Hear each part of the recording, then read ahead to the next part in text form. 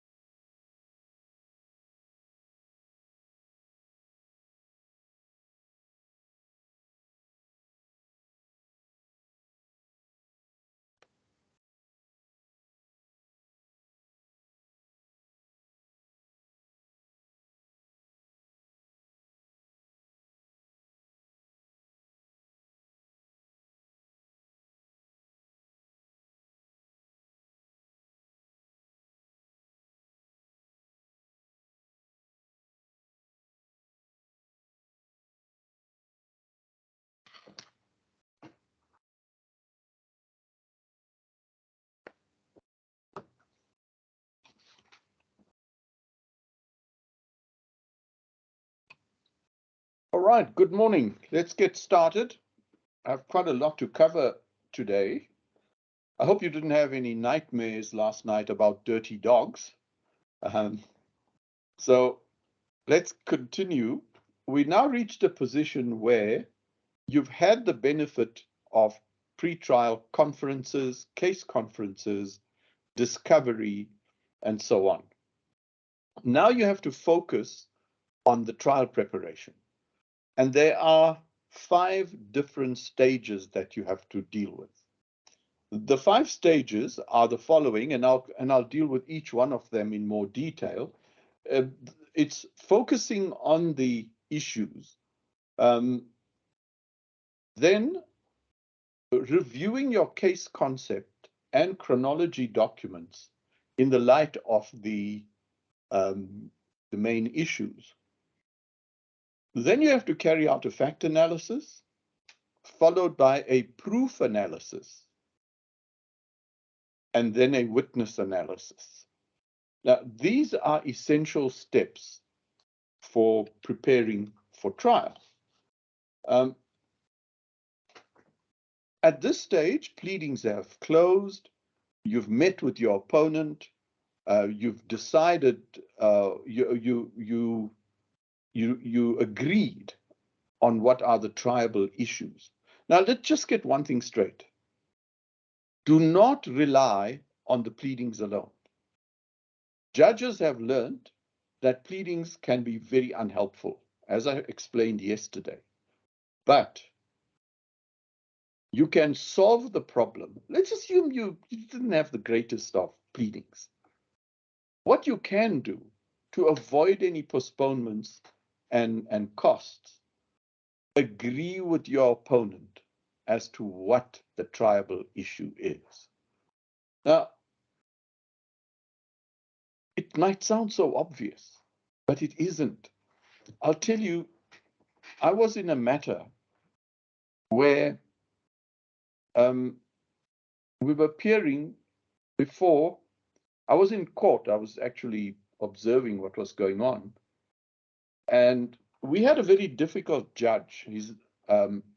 He passed away, so I could name him Judge Levison. He was difficult. He was a very good lawyer. So he walked into court. He read the pleadings. Obviously, now the pleadings were terrible. He couldn't work out what the case was about. So when the plaintiff's advocate stood up and said, "I appear," and began with the opening statement, the judge looked at him and said, "Hold on. Please don't make an opening statement. Tell me what are the issues. What is this case about? I can't figure this out from the pleadings." So the counsel for the plaintiff starts explaining, and he was being vague and just went on talking. Levison got fed up with him and said, "Will you please sit down? I'll ask your opponent." So he said, "Defendant's counsel, what is this case about? Tell me, what are the issues?"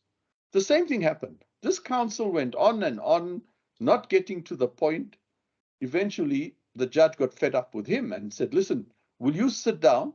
I'll ask the first witness." Now, it is as bad as that.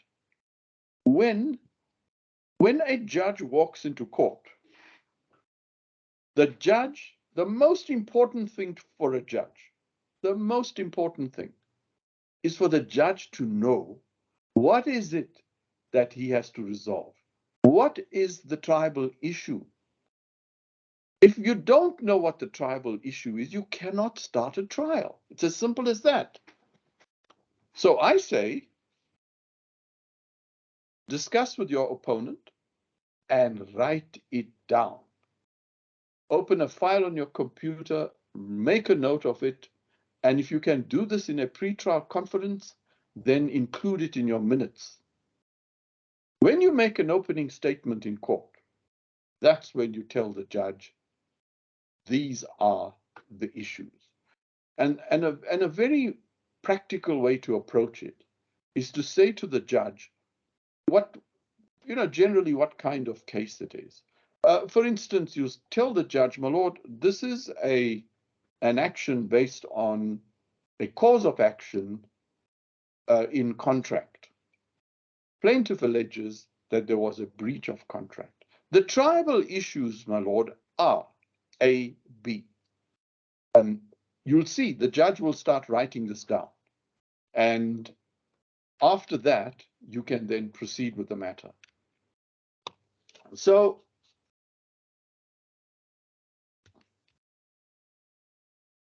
let's go to the case concept. When you've identified the issues, it's very important for you to see if the issues as defined are compatible with your case concept. Remember, we said that your case concept is what happened according to your client's version of the disputed facts. Can you, on the facts of your case, say that the issues represent what happened between the parties, and your client's version will persuade the judge to find in their favor? And then you look at the legal requirements. Now, the case concept is a factual inquiry. It's not a legal inquiry. The legal inquiry involves the elements of your cause of action or the defense as set out in the common law. Common law means the case law. When you've got the requirements for your cause of action, you have to ask yourself a simple question. What facts do I need to prove to support or establish those requirements for the judge? Now, one of the most important steps for any trial that you do, and even for opposed motion work, you must, as a lawyer, carry out a fact analysis. Fact analysis is at the heart of your preparation. Without fact analysis, you will be misdirected. You see, fact analysis will assist you throughout the trial, from opening statement to final argument. It's fact analysis that will tell you what facts you need to obtain from a witness. It will tell you what questions to ask under cross-examination. And your fact analysis will also tell you what evidence not to lead and what questions not to ask. So it is absolutely crucial. There's a method in it. First, make a note of the material facts that you have to prove, bearing in mind the issues and the onus. Now, here's a list. I've given you a practical list. Write down the material facts that are undisputed or admitted, or where your opponent has no basis for disputing them. In other words, your opponent may have denied it, but has provided you no factual basis, which means that it's a bare denial. So what you do is you write down on a document all the undisputed facts.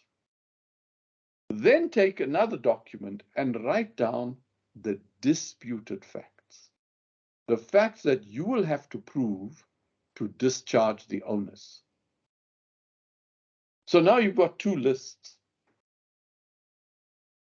You would have already made a list of witnesses you need to provide proof of those facts.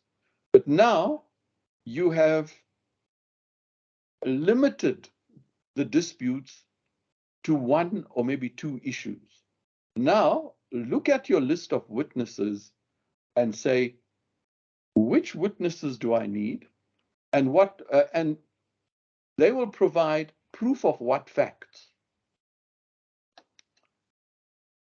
And then make a list of those facts which support your version. Now, you must have heard by now, lawyers talk about good facts and bad facts. The good facts are those that support your version. You will look for good facts in two places.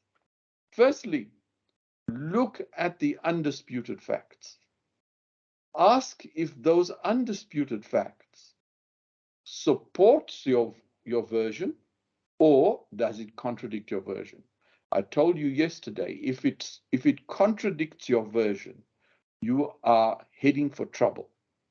Because when a judge has to decide between two conflicting versions, the judge always considers which of the versions is most likely to have happened. In other words, what is the most probable version?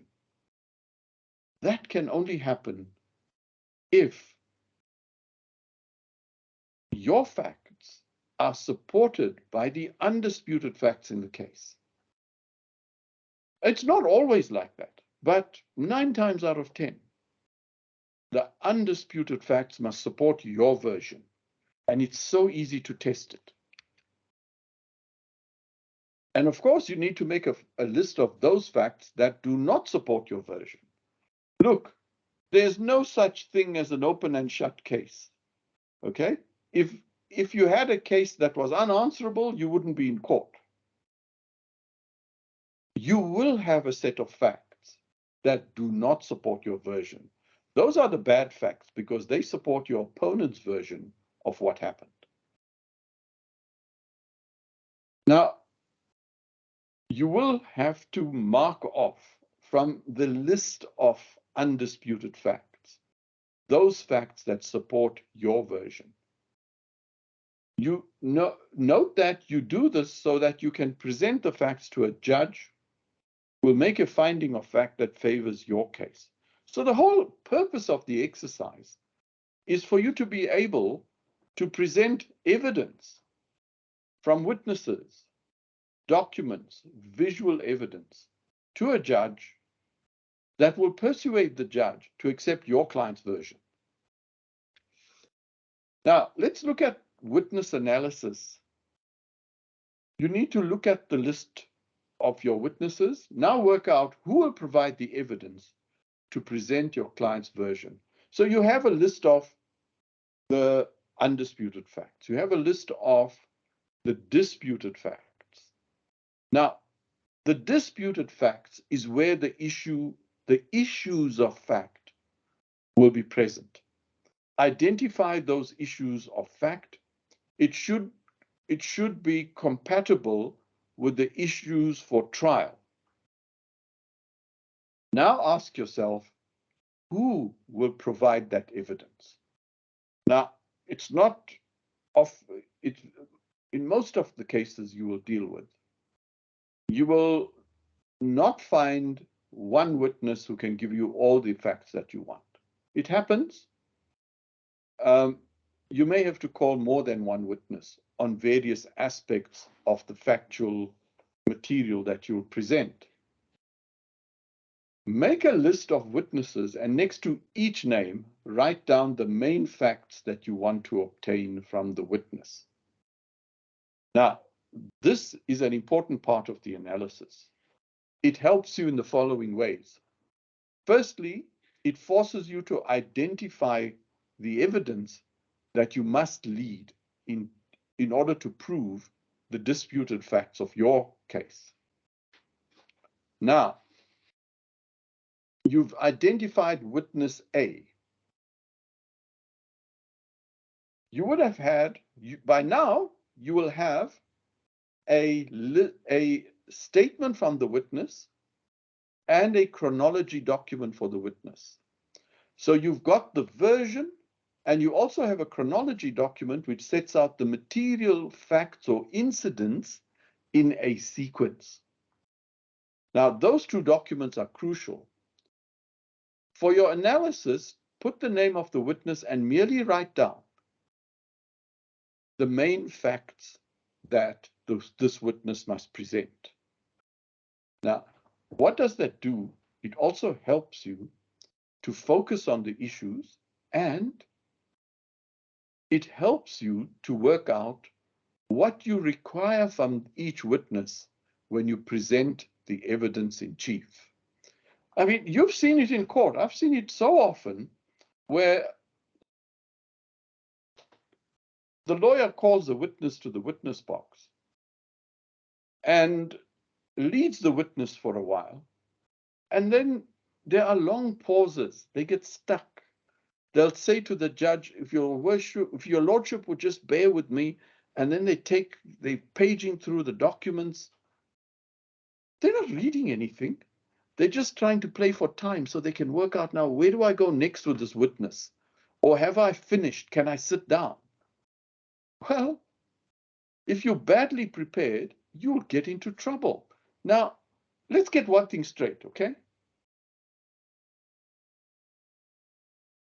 Trial advocacy is a performance skill. How you lead your witness, your own technique, will determine whether or not the judge was persuaded. You are not there to lead a witness and say, okay, Mr. Smith, tell the court what happened. And then you just leave it to Mr. Smith. He just talks and rambles and rambles. And when he stops, you say, and then what happened? Or do you have anything else? And then you sit down. Well, that's useless, okay?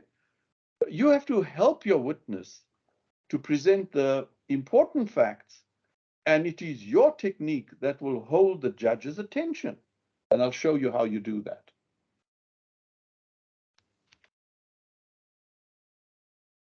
Now, once you have a list of witnesses, now you'll have a shorter list. You'll have a list of only of those witnesses that you need to deal with the agreed issues. Now ask yourself, am I able to call these witnesses? Are they available? Check it, check. The trial is still a long way off. Find out. And then look at what the witness is going to say, and then look at the issue and ask yourself a simple question. Will this evidence be sufficient to discharge the onus? You must have heard this at university, the sufficiency of evidence. Well, what it means in plain language is, will I get enough out of this witness to discharge the onus? Or will I need another witness or two witnesses? Then do the sensible thing. Establish with client if the witnesses are still available and willing to come to court without a subpoena. Now, this is disaster waiting to happen. In this country, witnesses are notorious for not turning up. I mean, those of you who do trial work will know that this happens all the time. The witness will tell you, I'll be there 9 o'clock. And you arrive there at 9 and there's no one there. Okay. And you run around looking. Now you're making phone calls. The phone is not being answered. And you've got a problem. It's your first witness. You're about to start. Don't let that happen to you. It requires preparation. I'll tell you, there's a way you can test this. When your client brings along a witness, ask the witness or tell the witness that you will be writing down their statement. And remember, you will write it down in a sequence. Then tell the witness, I want you to sign this statement. It doesn't have to be under oath, just a signature. Now, if the witness says, oh, no, I don't sign anything. I'll give evidence, but I'm not signing anything. Well, you can be bloody sure this witness won't be there on the date of the trial. And you know, South Africans, this is a South African thing. I've not seen it anywhere else. For some reason, witnesses can always find a funeral to go to on the day of the trial. Don't ask me how they do it, but somehow there's a funeral that they have to go to. And now you're left without a witness. Well, if a witness tells you, I don't sign anything, do you know what happens? It's a sign that this person's going to be at a funeral on the day of the hearing. You may have a problem. You need to work on that witness. Tell your client, keep an eye on them, make sure you can find them, know the address, arrange the transport, all of that stuff. But if a witness tells you, of course I'll sign, and signs it, that's an indication this witness will turn up. But there's another problem in this country. Witnesses disappear. And I can assure you, between taxi drivers and aides, and you can now add COVID maybe, chances are that the witness will not make it to the trial. Now what? Now you need the signed statement. Those of you who are not familiar with section, I think it's section 3 of the Law of Evidence Amendment Act. Please go and read this thing. You must know this piece of legislation. It creates an exception to the hearsay rule. What it means is that, let's say this witness disappeared or died, and it's a crucial witness on a material fact. You will have the benefit of handing up the statement in court.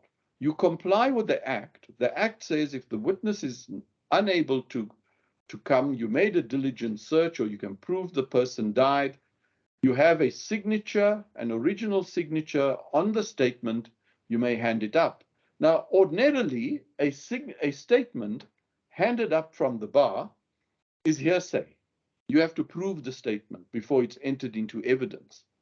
However, when it comes to the exception, when you've got the statement, you hand it up, and you can benefit from the evidence.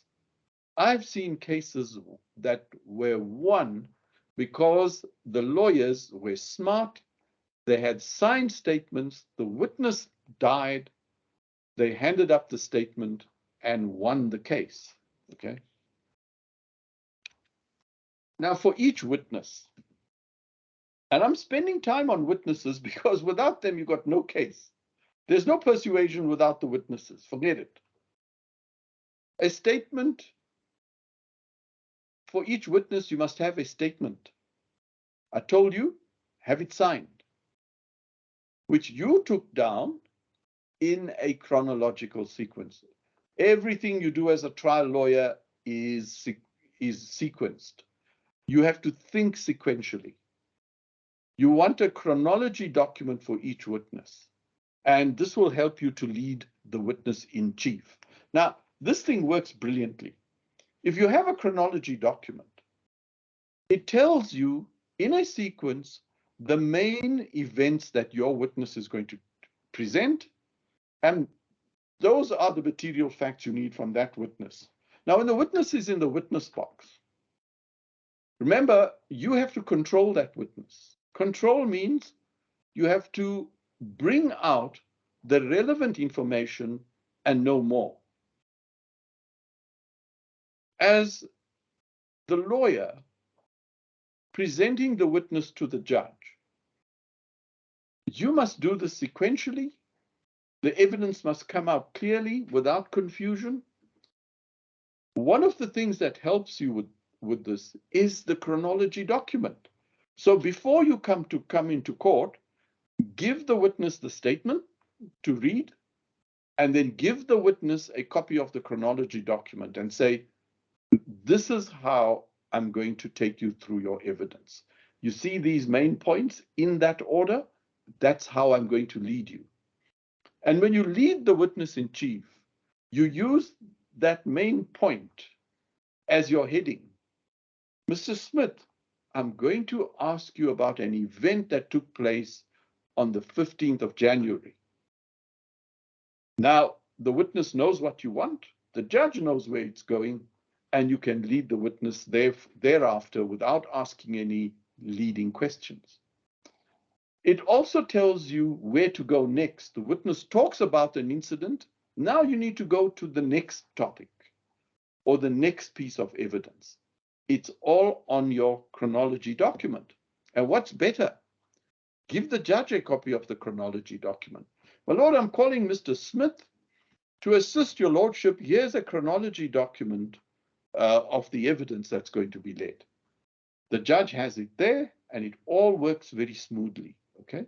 Don't underestimate the usefulness of a chronology document.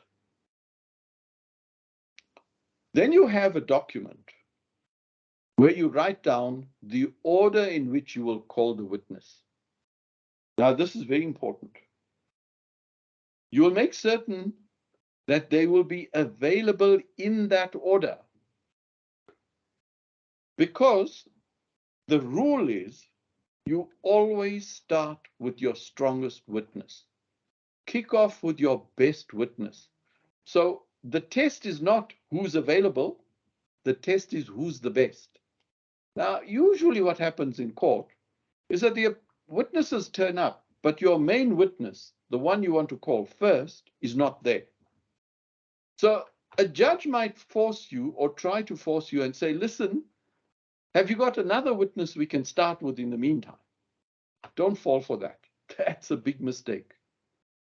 Always start with your best witness. If you start with your worst witness, you're on a slippery slope already. Because if that witness performs badly, you're going to spend the rest of your time trying to rescue your case. And very often, it's difficult to swing. So you need to know the order of your witnesses as you choose them, and they must be sitting outside court in that order. Okay. Witnesses must be called only where they are relevant to an issue. That's number one. Number two, admissible in its form. So the witness can't come there and talk about an evidence that they'd have no personal knowledge. In other words, they talk about hearsay. Give you a simple example.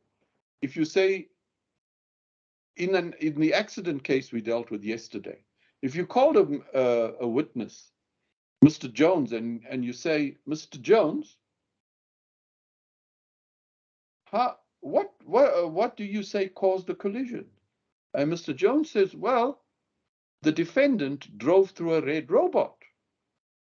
The judge says to Mr. Jones, listen, how do you know that he drove through a red robot? And Mr. Jones says, oh, my lord, my friend Eddie saw the whole thing and told me about it at tea time.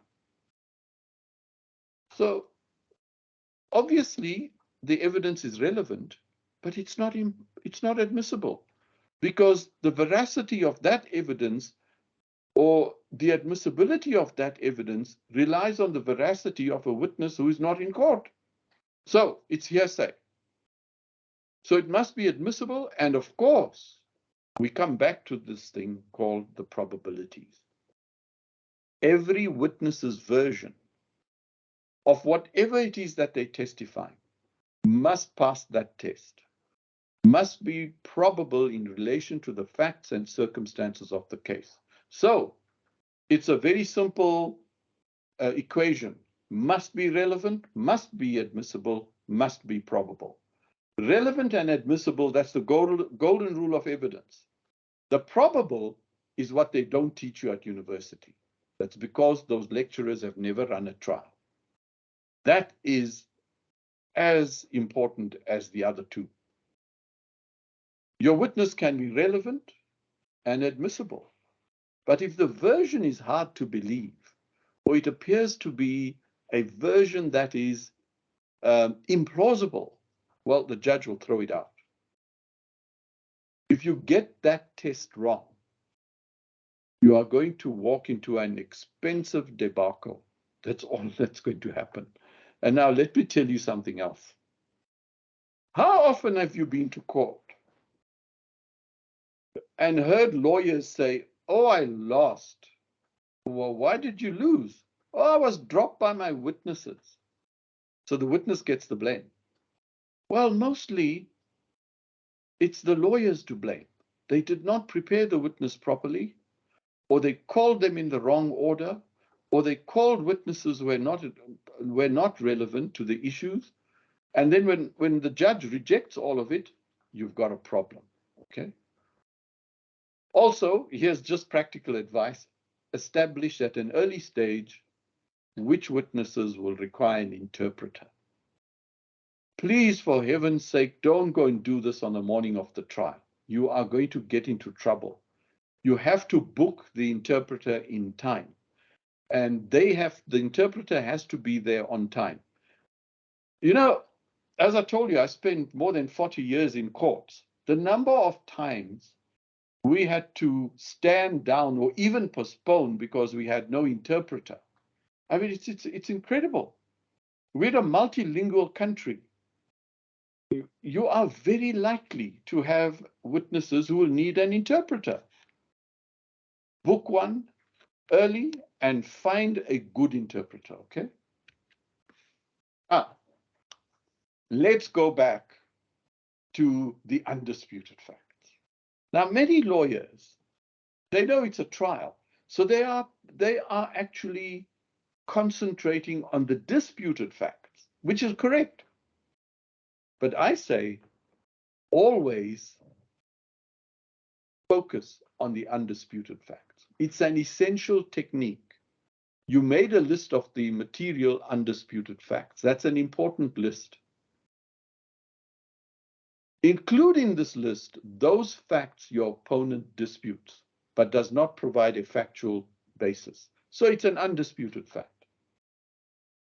The undisputed facts are equally important to obtaining a successful outcome.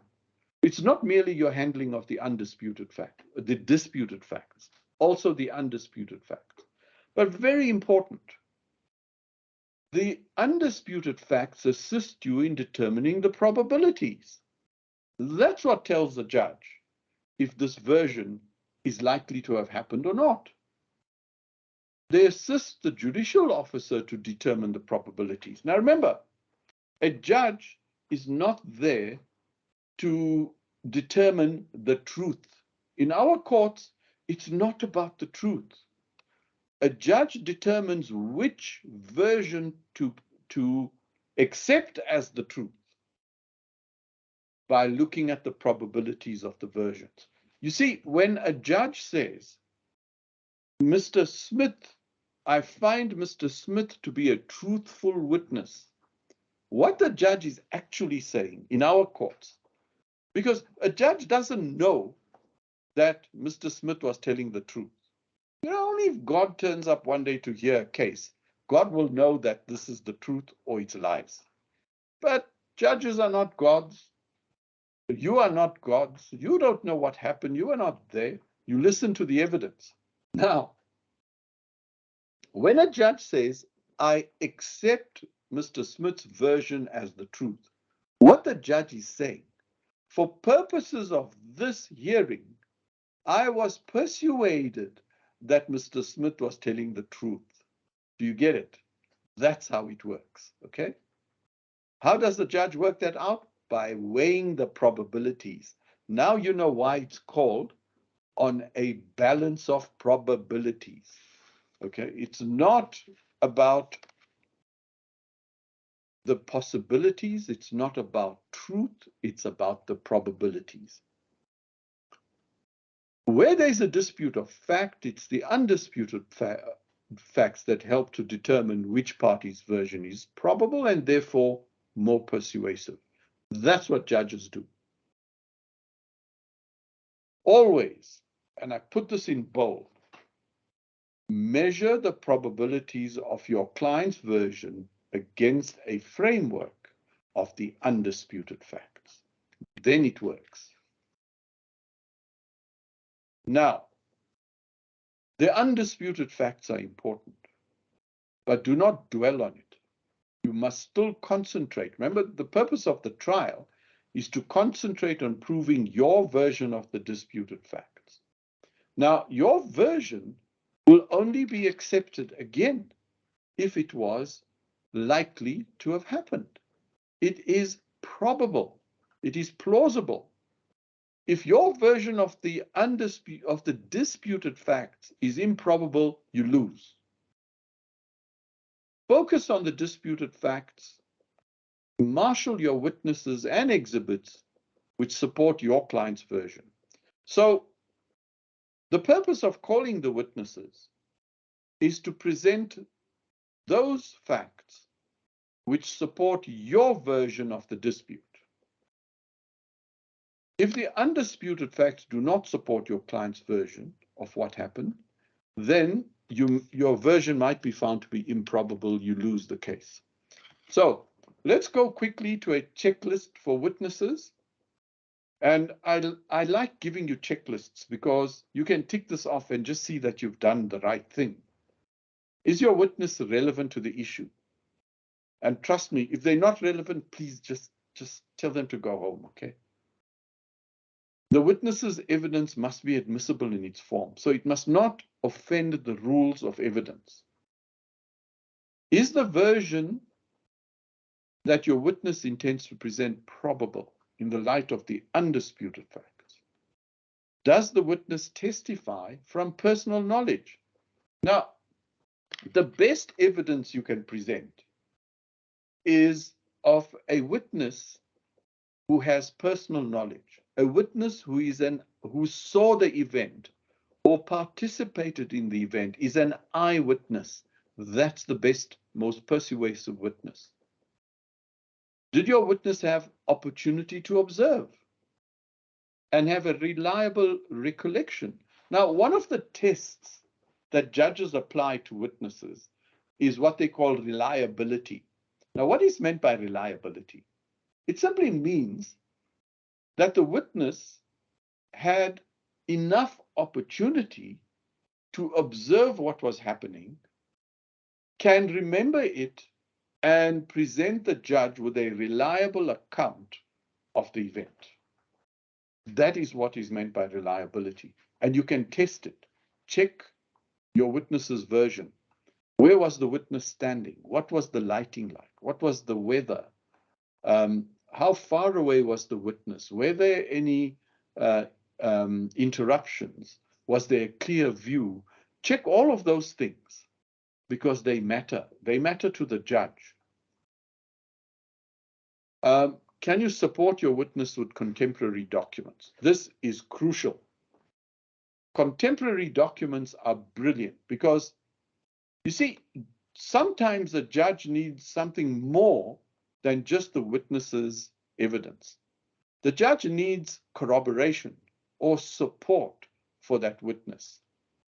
Now, one of the things that can support your witness's version is a contemporary document, okay?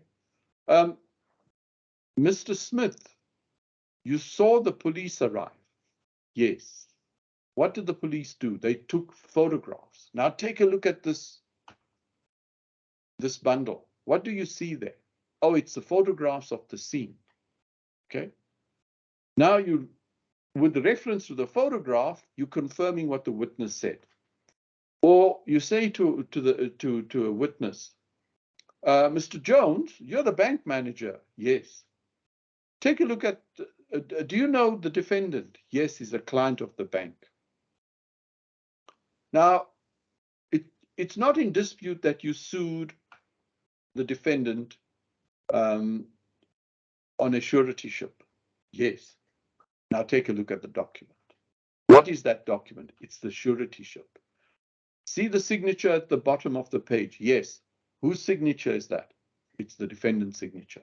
So you see, contemporary documents are absolutely vital. It helps the judge. It helps the judge to decide what actually happened. Now, supporting evidence, are you able to support your witness? Corroboration, for example. Now, there are some types of cases where you must have corroboration. Whereas in others, most others, you don't really need corroboration. Now, let me give you some advice. If you call your first witness and that witness is strong, did well, very good witness, but you've got two more witnesses waiting outside on the same fact set, the best advice I can give you is not to call the next two witnesses. Don't call them. They're not going to give the judge anything new that this witness did not give the judge.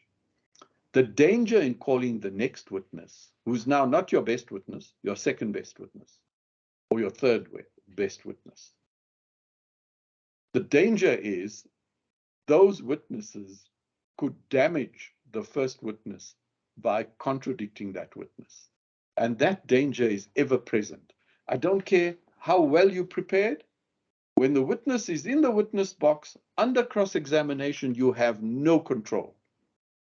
They will start contradicting the first witness, and then you've got a problem on your hand. Okay? It's the worst thing to tell a judge, look, Mr. Jones was an excellent witness. Your lordship must accept that evidence. By the way, my lord, Mr. Smith wasn't so good. Your lordship can disregard that witness. His lordship might look at you and say, but isn't that your witness? Isn't Smith your witness as well?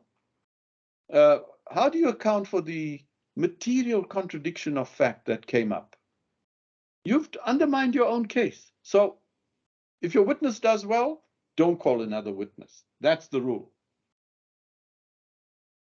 Check if your witness can possibly be mistaken. Mistakes happen all the time, and you'll be surprised at how people realize they made a mistake when they're testifying in court. So check that. Always look for bias.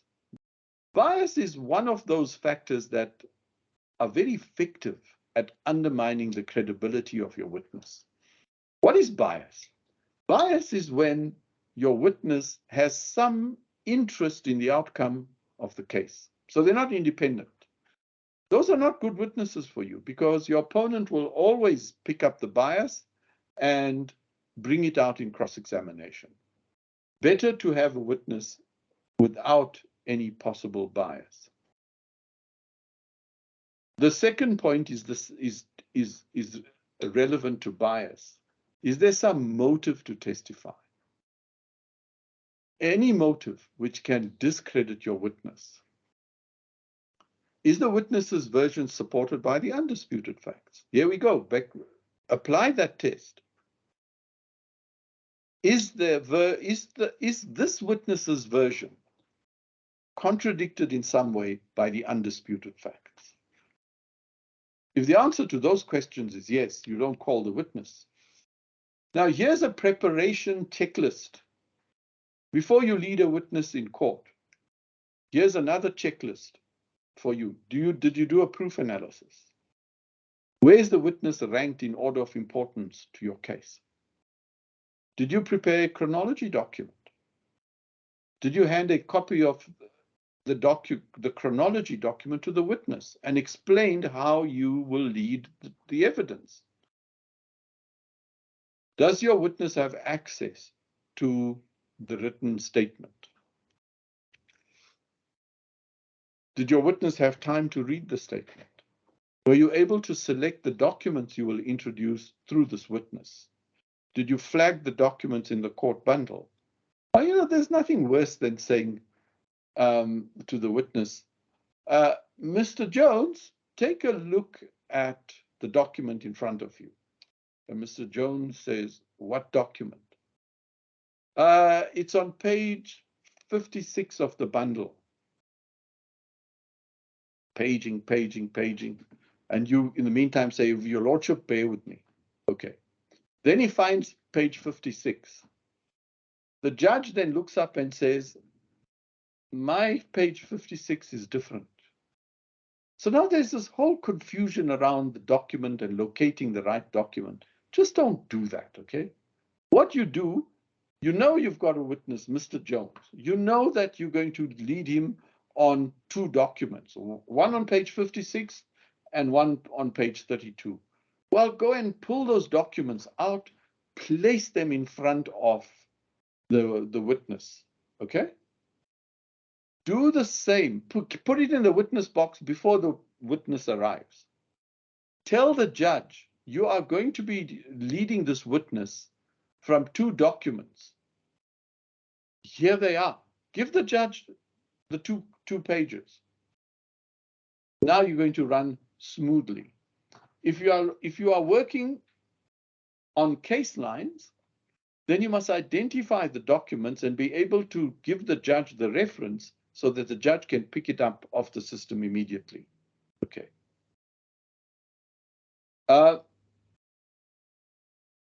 Then there's this thing called witness briefing.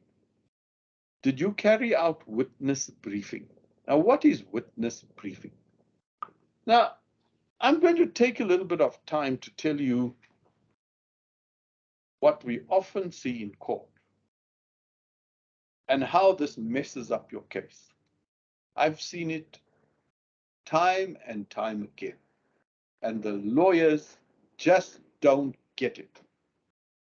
They don't do witness briefing. So let me tell you a typical scene in a courtroom. So the judge says to the lawyer, call your next witness. And the lawyer announces very pompously, my lord, I call Mr. Mokoena. Okay. So what happens? Now, Mr. Mokoena was told to sit outside because he's a witness. And he can only sit in court after he testifies. Okay, that's fine. But now Mokoena is sitting outside on one of those hard benches. Okay. And what happens in court? Well, you have to wake the court orderly up. The court orderly will always be asleep. There's no doubt about that. So you have to shake him up. He's annoyed. He wakes up and he says, huh?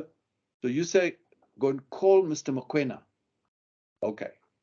So he waddles off to the door on the side of the court, and he's trained to call 3 times. But he doesn't call, he screams.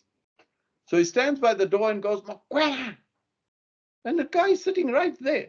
So he gets a fright and he looks up and he says, that's me. But now he's still going to shout 2 more times, okay? So he's going to say, Mokoena, Mokoena. So this poor man is now being yelled at by this big cop. So the policeman doesn't help him. The policeman just opens the door and ushers him into court. The policeman doesn't help him. He goes straight and goes back to sleep promptly. Now what do? You standing there. The witness is standing at the door, looking around bewildered, doesn't know where to go. So, lawyers have this thing. It's called a remote control unit. I think they get it when they graduate with the LLBs. So the lawyer looks at the witness, Mr. Mokoena, and now looks like a traffic cop and tries to direct him to the witness box. He says, there. So he doesn't know what there is, and now you point. So he eventually gets into the witness box. Now the judge is irritated. This is taking too long. So Mokoena gets into the witness box, but now he's facing the wrong way. So now you have to use your remote control to fix him again. So you go like this. You say, no. And you point to the judge. You say, no, this way, look. Okay, so now he turns and looks the right way. The next thing that happens, the interpreter pops up in front of his face. Now, have you seen how interpreters sway in witnesses? They use some form of machine gun technique. They rattle it off. They say, do you have any oath? That's what it sounds like. So the witness is wondering, what is this guy talking about? So the judge gets fed up and says, Mr. Mokoena, don't you know what it is to tell the truth? By now, the lawyer has got his remote control on again. He's doing this to the witness. He's doing like this. You can take the oath. So now the judge is shouting at this poor guy. So the interpreter says, so raise your right hand and so help me God. The interpreter is in a hurry, so he doesn't care. So the witness now is so flabbergasted. Now he forgets which is his right hand. So he does this in the witness box. Oh, this one. Okay. So now he's sworn in. He's in a state, okay, because everyone's been shouting at him. So now you start leading the witness. You ask the first question, and he faces the wrong way in answering it. He looks at the lawyer and answers. Now you switch on your remote control again. You say, no, answer towards his lordship. Oh, okay. Second question. He's answering in the right direction, but now the lordship can't hear him because his voice is too soft. Now you say, will you speak up, please? Okay, he speaks a little louder, and the judge shouts at him and says, "Look, I can't hear you." Look, can you imagine what's going on with this poor Mr. Mokoena? He's going to be finished. He's going to be a terrible witness. He's going to forget the details. He's not going to remember. His mind's going to go blank. Now listen, most people are nervous about going to court, including lawyers. That explains why you have conveyances. They don't want to go to court. Now there's this poor witness. He's completely overwhelmed by the whole occasion. He thinks you go to court, you get into trouble. And guess what? He was right. Sounds like he's in trouble. Well, for God's sake, don't let that happen. The answer is witness briefing. Tell the witness or get someone from your firm to do it. Go to court early or even on a different day. Take the witness into court. Tell the witness what's going to happen. Explain about the court orderly. Tell them when they come into court, walk briskly to the witness stand. Tell them to go and stand in it.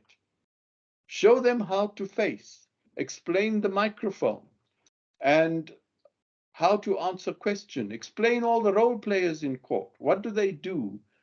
This is the interpreter. This is how you take the oath. Explain the whole thing. Look, the person won't, it's not going to take away the anxiety, but at least you'll manage it. Now, please don't do this nonsense of calling a witness who's walking into court for the first time in their lives. They're going to make a mess and you will lose the case. Now, let me tell you, in the United States, Canada, in England, Australia, they still use jury trials. Now, a judge who's a trained lawyer can understand, a witness is not performing too well because maybe they're just nervous. I'm not going to hold that against them. But juries, oh my gosh, they're going to look at this performance and say, oh, this witness is a bloody liar. Didn't even say a word yet. And they already decided, no, I'm not impressed. Because these are lay people, okay? So what happens in those courts is that they make witness briefing compulsory. In big cases, they will even hold a moot court in the office and put the witness through the paces so the witness knows and performs well in court. Now, here in South Africa, I hardly ever see any of the lawyers carrying out witness briefing. I don't know why.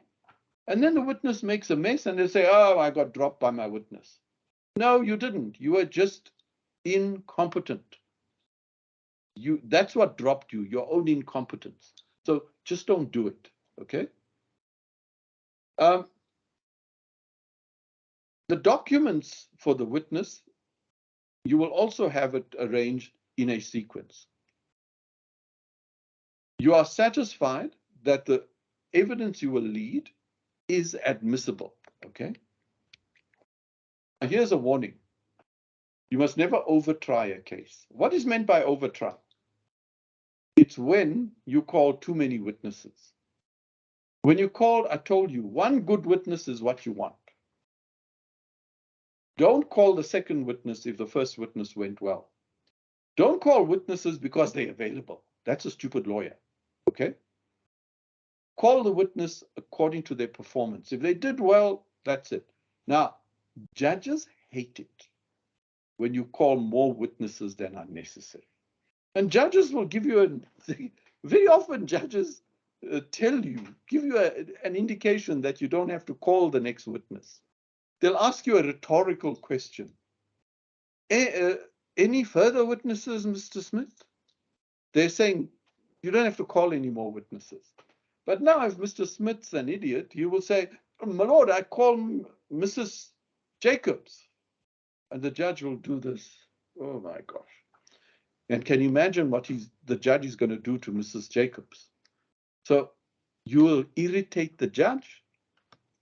No one likes a lawyer who overtries his case. Okay, I've covered witness briefing. Don't miss out on it.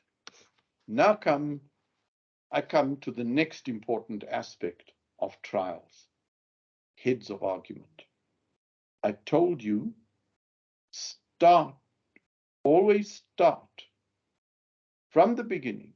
When you're drafting your particulars of claim, start writing heads from that point.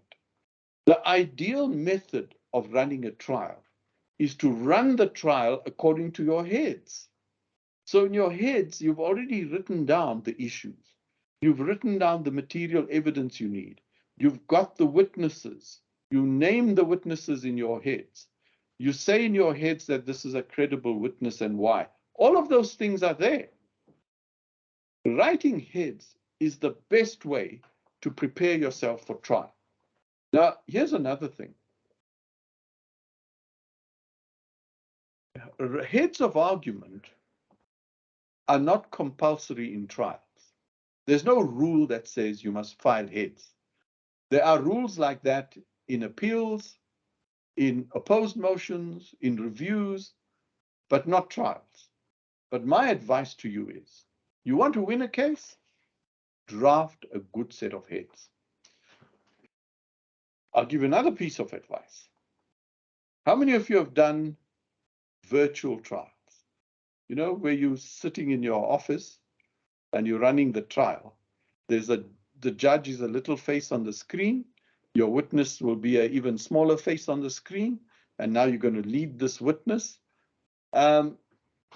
It's really not the most persuasive thing. It loses the effect completely.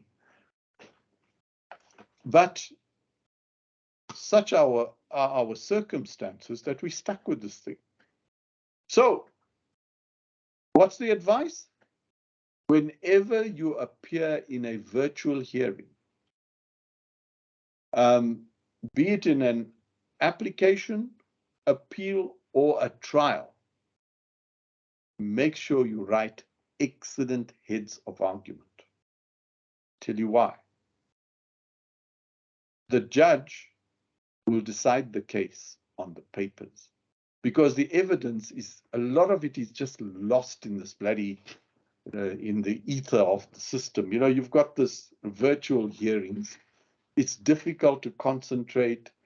I mean, have you watched the Constitutional Court hearing argument when there's a boring advocate? Some of the judges are sitting like this. I've even seen one of the judges like this fast asleep. Okay? That's what happens with virtual hearings. The most persuasive thing in a virtual hearing is a good set of heads.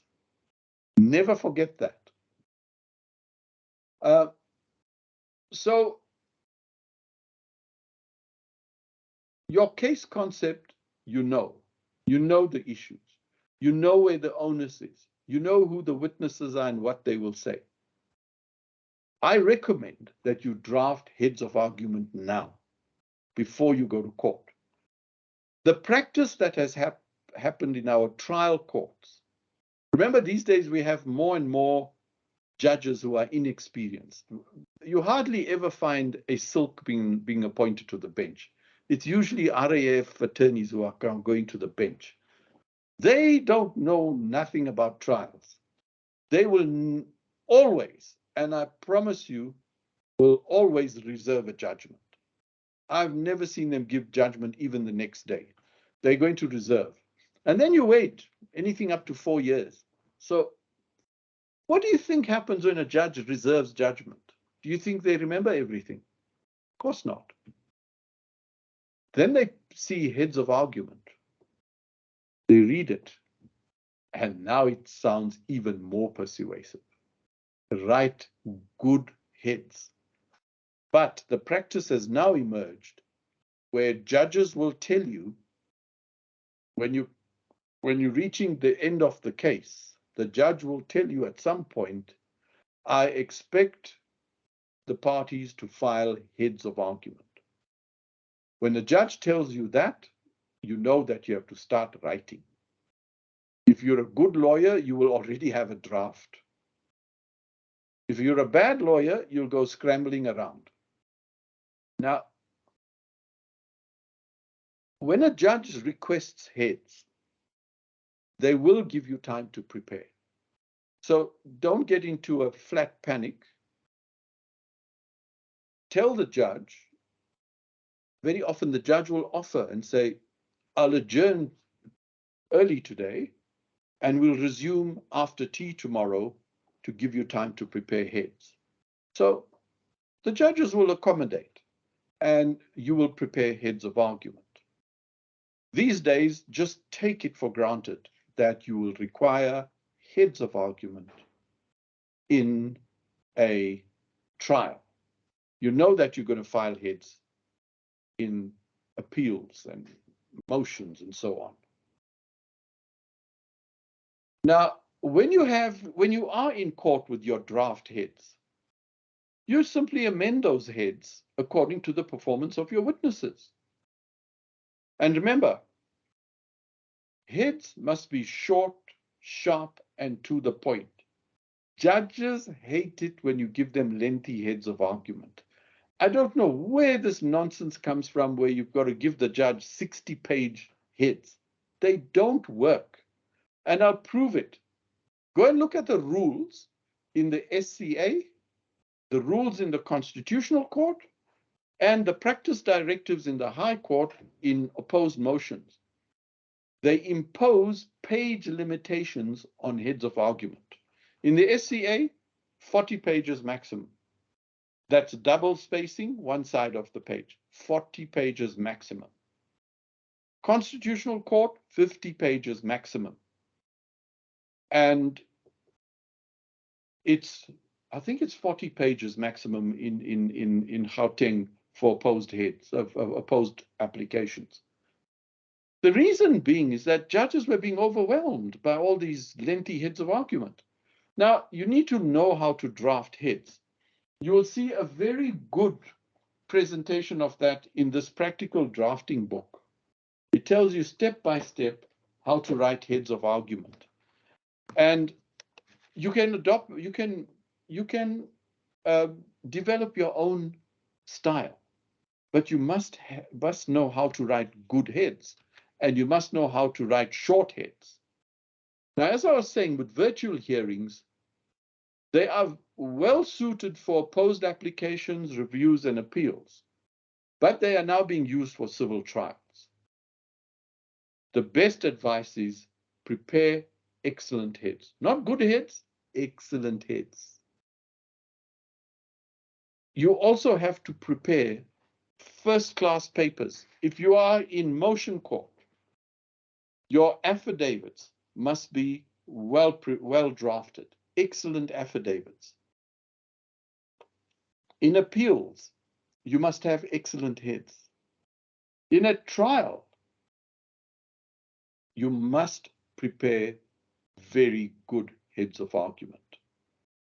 They are super important in virtual hearings. Okay. Your pleadings, by the way, in a trial, a good idea, a very good thing is for you to draft your pleadings well. They're highly persuasive because, you know, in virtual hearings, the judges rely on the paper. They've got the file, they've got all the documents, they're going to read it. And all judges, when they read the papers, they formulate what we call a prima facie view. In other words, they already decided, you know, I think the plaintiff's got a case, or the plaintiff has a problem with this aspect. I'm going to ask the counsel to address me on this. Now, if the judge walks into court and the prima facie view is in your favor, that's very good for you. But if it's not in your favor, you'll have to work very hard to persuade the judge to go the other way. Okay. So it is vital to write good papers, because the prima facie view that the judge walks in with will depend on the quality of your drafting. So get that right, okay? Now, what I've put on the screen is the title of my new book. It's called Trial Advocacy, The Art of Persuasion. And it's also available from LexisNexis. What I've asked my coordinator, Betty Lubber, will circulate the publication details to you. It's available from the end of this month. It covers everything you need to know about trials. And it's also fun to read. I wrote it very informally, and you'll see yourself in just about every page. You'll enjoy it. Okay. So now let's go to the trial. Just as a reminder, you are still obliged to attempt to settle the matter. Okay. So if you didn't settle it at a pretrial conference, it doesn't mean that you are not going to settle it now. You also have to apply your mind to the application of Rule 41A. I mean, in opening statement, the judge might say, but these are the issues. Okay, listen, I think this issue here could easily be dealt with in a mediation. Have you considered Rule 41A? And you will then have to deal with it. You may have to appoint a mediator to deal with that issue and come back to the judge. Okay. Now, on the day of the trial, if you are in any court outside of Gauteng, it's really quite simple because you are allocated. It's not a continuing role, it's a fixed role. So if you are appearing in a matter of A versus B, the registrar would have given you a date already. It would be set down on the trial roll, and you'll be allocated a judge. Simple. You go and find out which court it is in, go there, and then go and introduce yourself to the judge. Simple. In Gauteng, it's not so easy. We have a continuing role. And depending on which court, Pretoria and Johannesburg, they're different. You have to look at the practice directives. They tell you how a matter gets set down. Now, I must tell you, practitioners are complaining all the time that the practice directives have made it more onerous to get matters onto the trial roll, when its purpose was to do the opposite. I must say, I find myself agreeing with that. The practice directives in this division here are ridiculous. You just don't know what to do, when to do, whether it's right, whether it's wrong. But eventually you get yourself onto the roll. Those matters that are certified trial ready are sometimes pre-allocated to a judge. If it's not pre-allocated, you'll have to attend roll call. And there, if your matter is ready to go to trial, and ready to go to trial means you can go into court and call your first witness. That's what it means. It doesn't mean stand down. It doesn't mean discuss settlement. You have to make sure before you go into court that your first and second witness is sitting there outside. And also remember the interpreter and the stenographer. I mean, how many times have we had to wait because the stenographer disappeared? Okay. And I cannot stress this more. You are a professional person and an officer of the court. You must be on time. Don't turn up when it's 10:15. Judges hate it when someone goes and says, can we stand down? Mr. Jones is not here. I mean, that's terrible. And you'll be hauled over the coals. And guess what? You actually made a poor impression on the judge before you even started. Okay. Check the discovered bundles. See that they're available.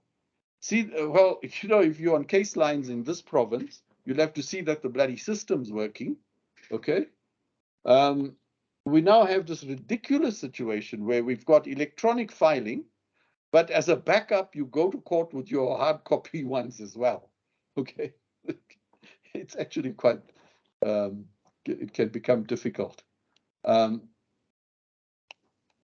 Okay. I'm going to take the break a little earlier today at 12:15. Because I want to start with opening statement and take you through the evidence, leading and cross-examination in that sequence. So we'll break until 12:30. Okay? Let's start at 12:30. All right.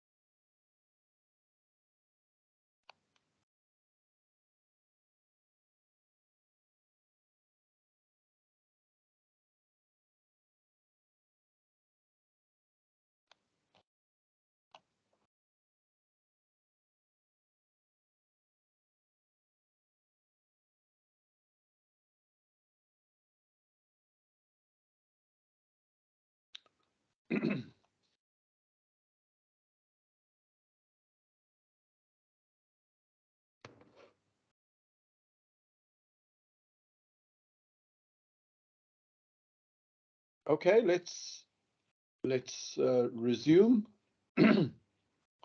Now, before I carry on, just remember, this is not a trial advocacy program, okay? Trial advocacy is really a performance skill, and those of you who are serious about appearing in court should attend one of those courses.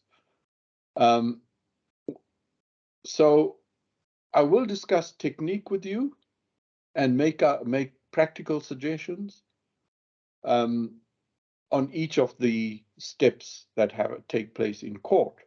Now, I don't have the time to cover everything, but I will recommend that you get the trial advocacy book.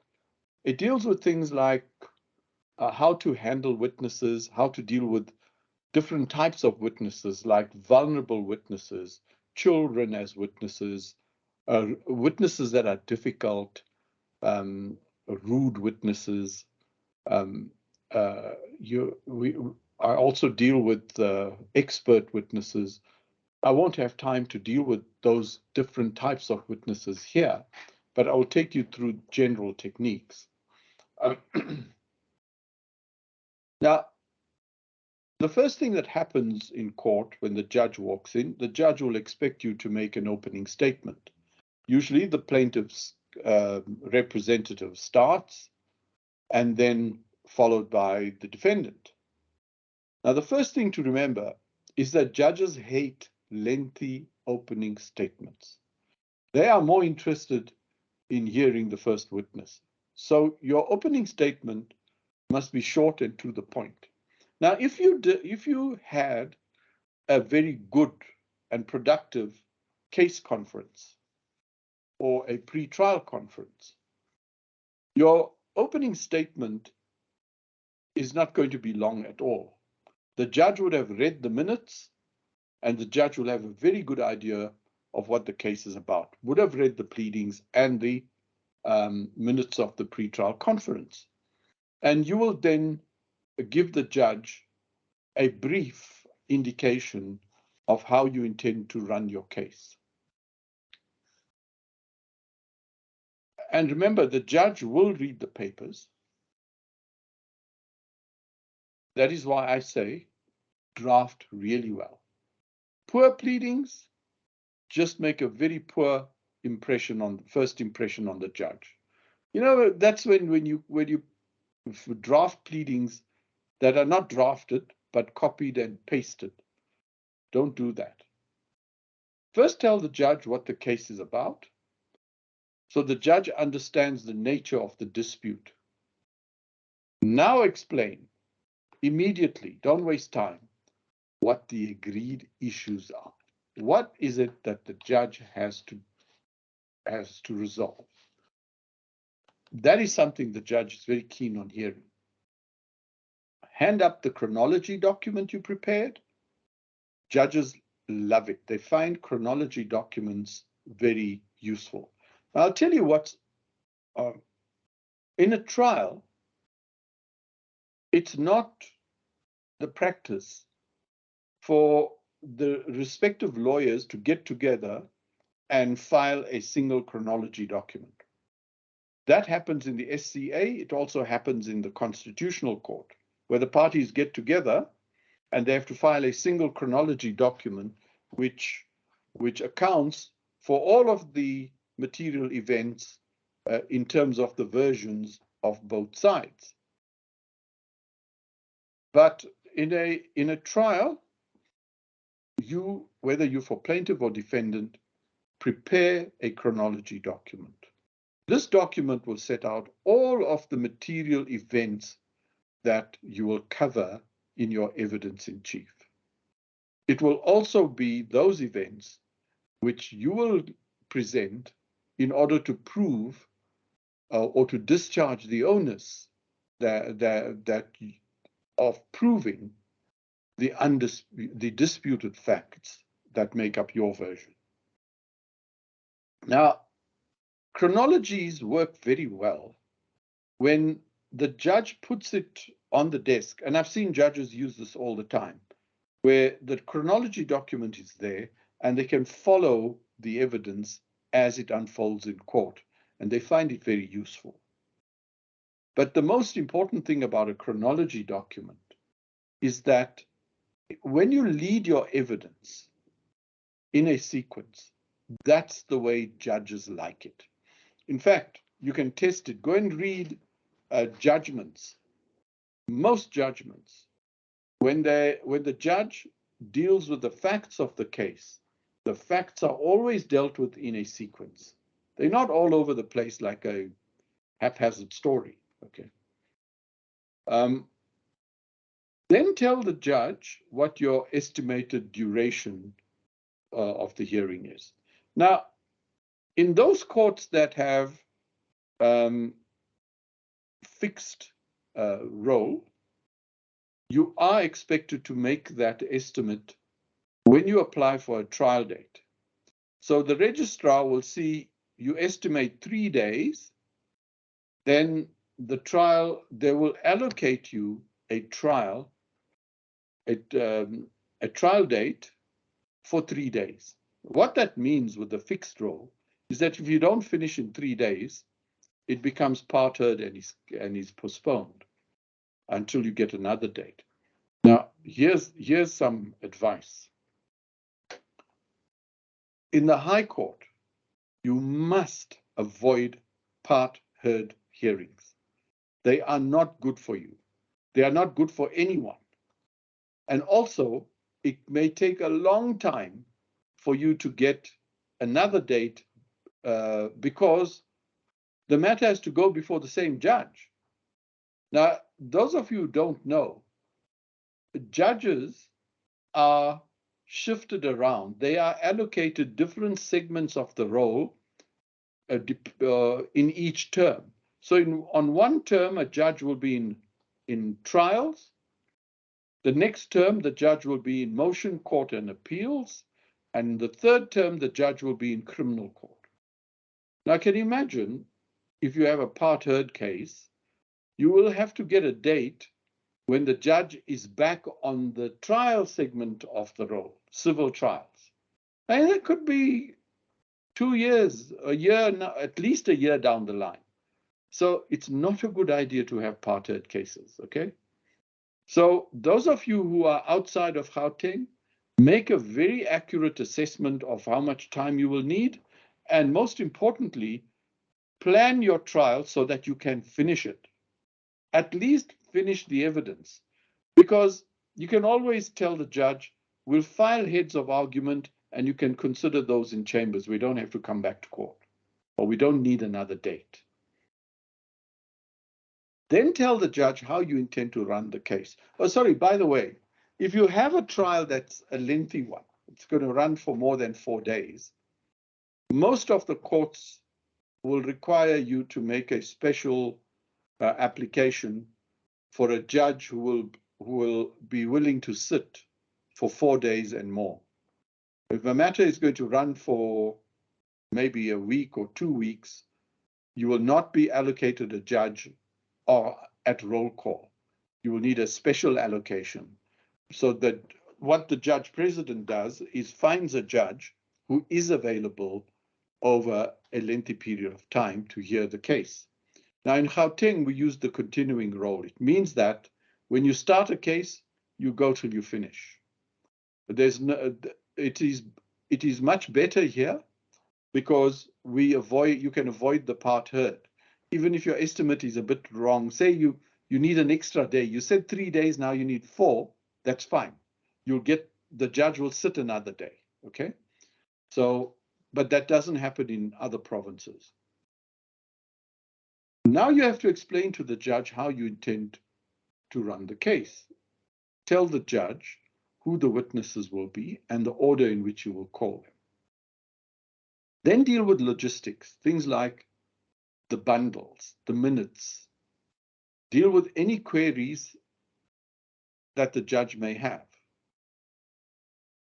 You will then call the first witness. And if the witness has attended briefing, the witness will walk in immediately, step smartly and confidently into the witness box and take the oath. No delays, okay?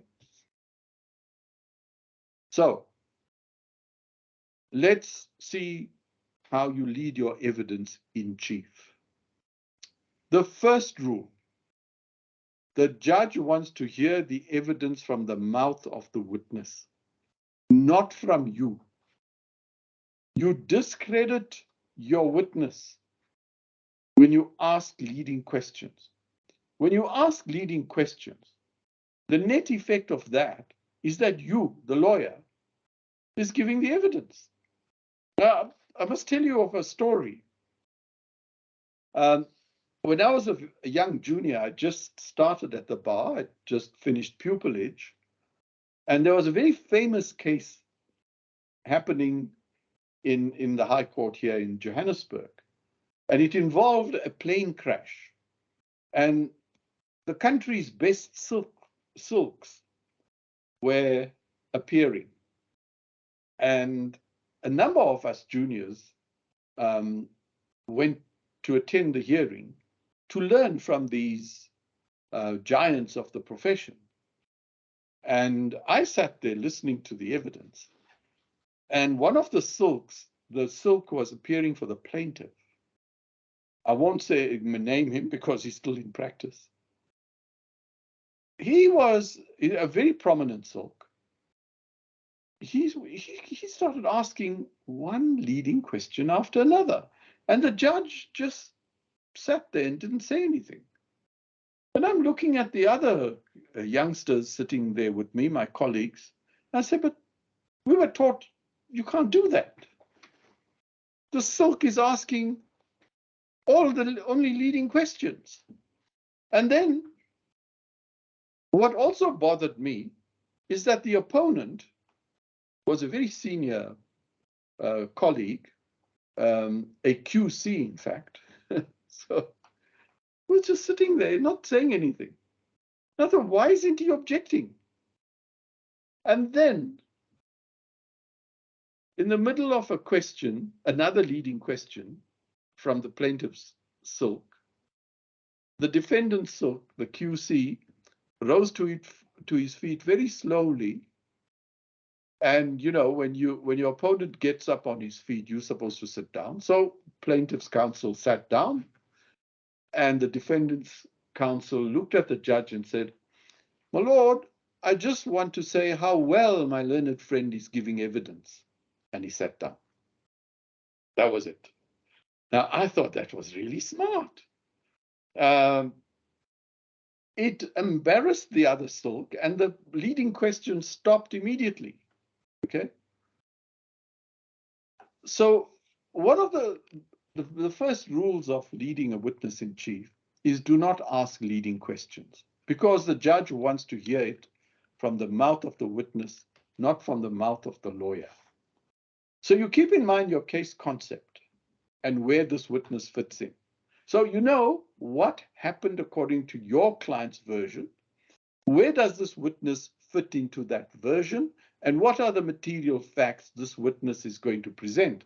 Now, you wouldn't have a problem with that because you've done your witness analysis and your proof analysis, and you'll be ready to deal with it. You will have a copy of the chronology document for this witness in front of you when you lead.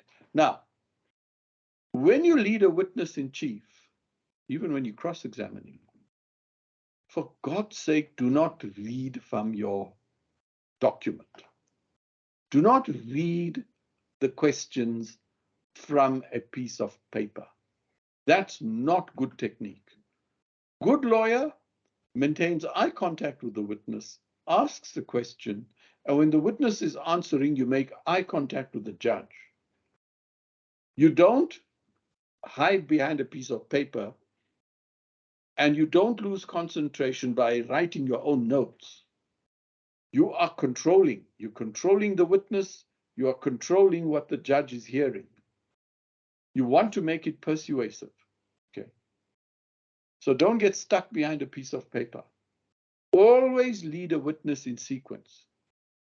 When you prepare your witness in consultation before the trial, explain what is meant by a chronological sequence.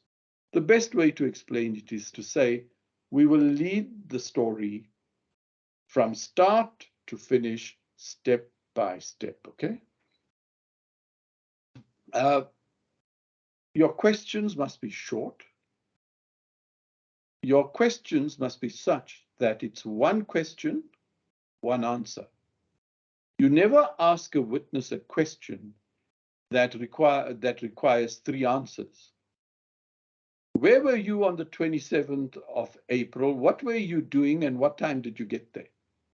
See, there's three questions there.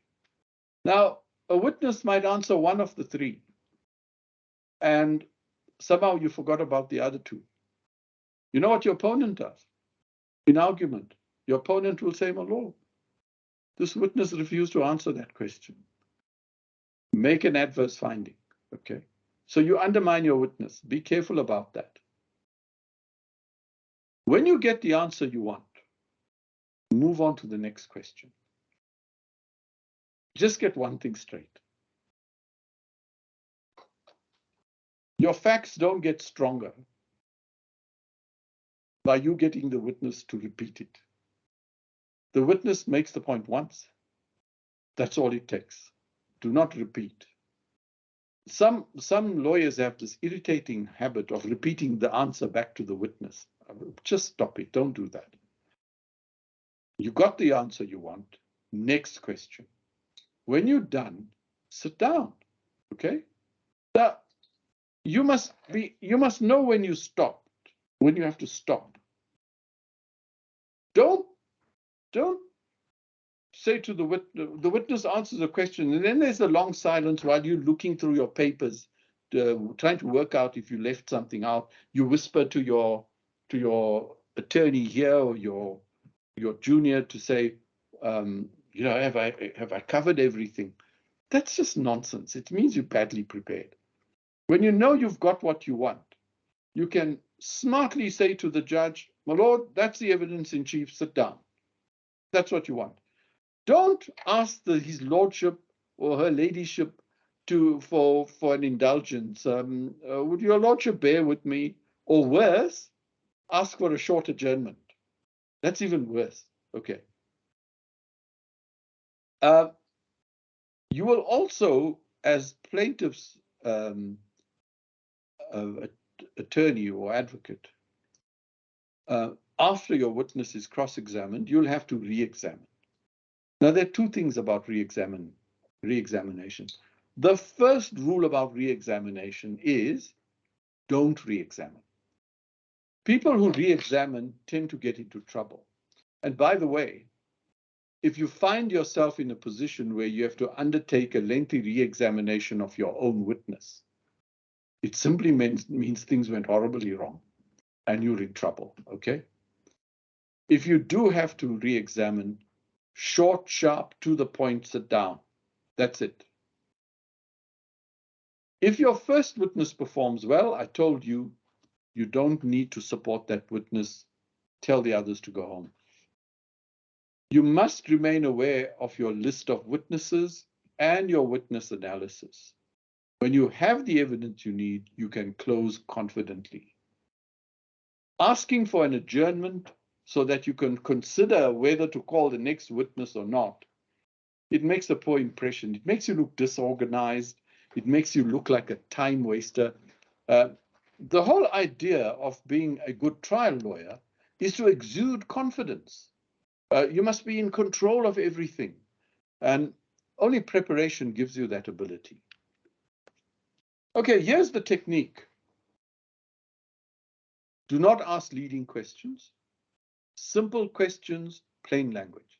Now, for God's sake, you're not a good lawyer if you are using big words and bombastic language, okay?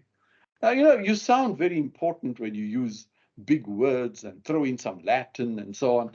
The people in the gallery think you're really smart because they don't understand you. Well, guess what? The judge might not keep up with you either. And certainly your witness won't understand you. So just stop that nonsense, okay? You want to sound important? Well, do it in your chambers. Go and record yourself and then admire yourself. Don't do it in court. Plain language. Now remember, you are likely to be using an interpreter. Plain language. Ask the interpreter to translate as you ask the question. There is this thing called lost in translation. And you know when it happens the most? When you use big words and fancy language. It's not necessary, okay? Now, the technique is simple. You don't think of the question you want to ask. You first think of the answer you want. Think of the answer you want. The answer you want is the signature is the defendant's signature. Okay. You want to bring that out without asking a leading question. So you say, take a look at the document in front of you. I have it. What do you see at the end of the document? I see a signature. Whose signature is that? It is the defendant's signature. Okay. That's how it's done. But if you did the following, Mr. Mokoena, take a look at this document. That's the defendant's signature on it. He says yes. That's the leading question. It's in dispute. You damaged his evidence. The argument will be, my lord, the witness did not identify the signature. My learned friend gave that evidence. Okay.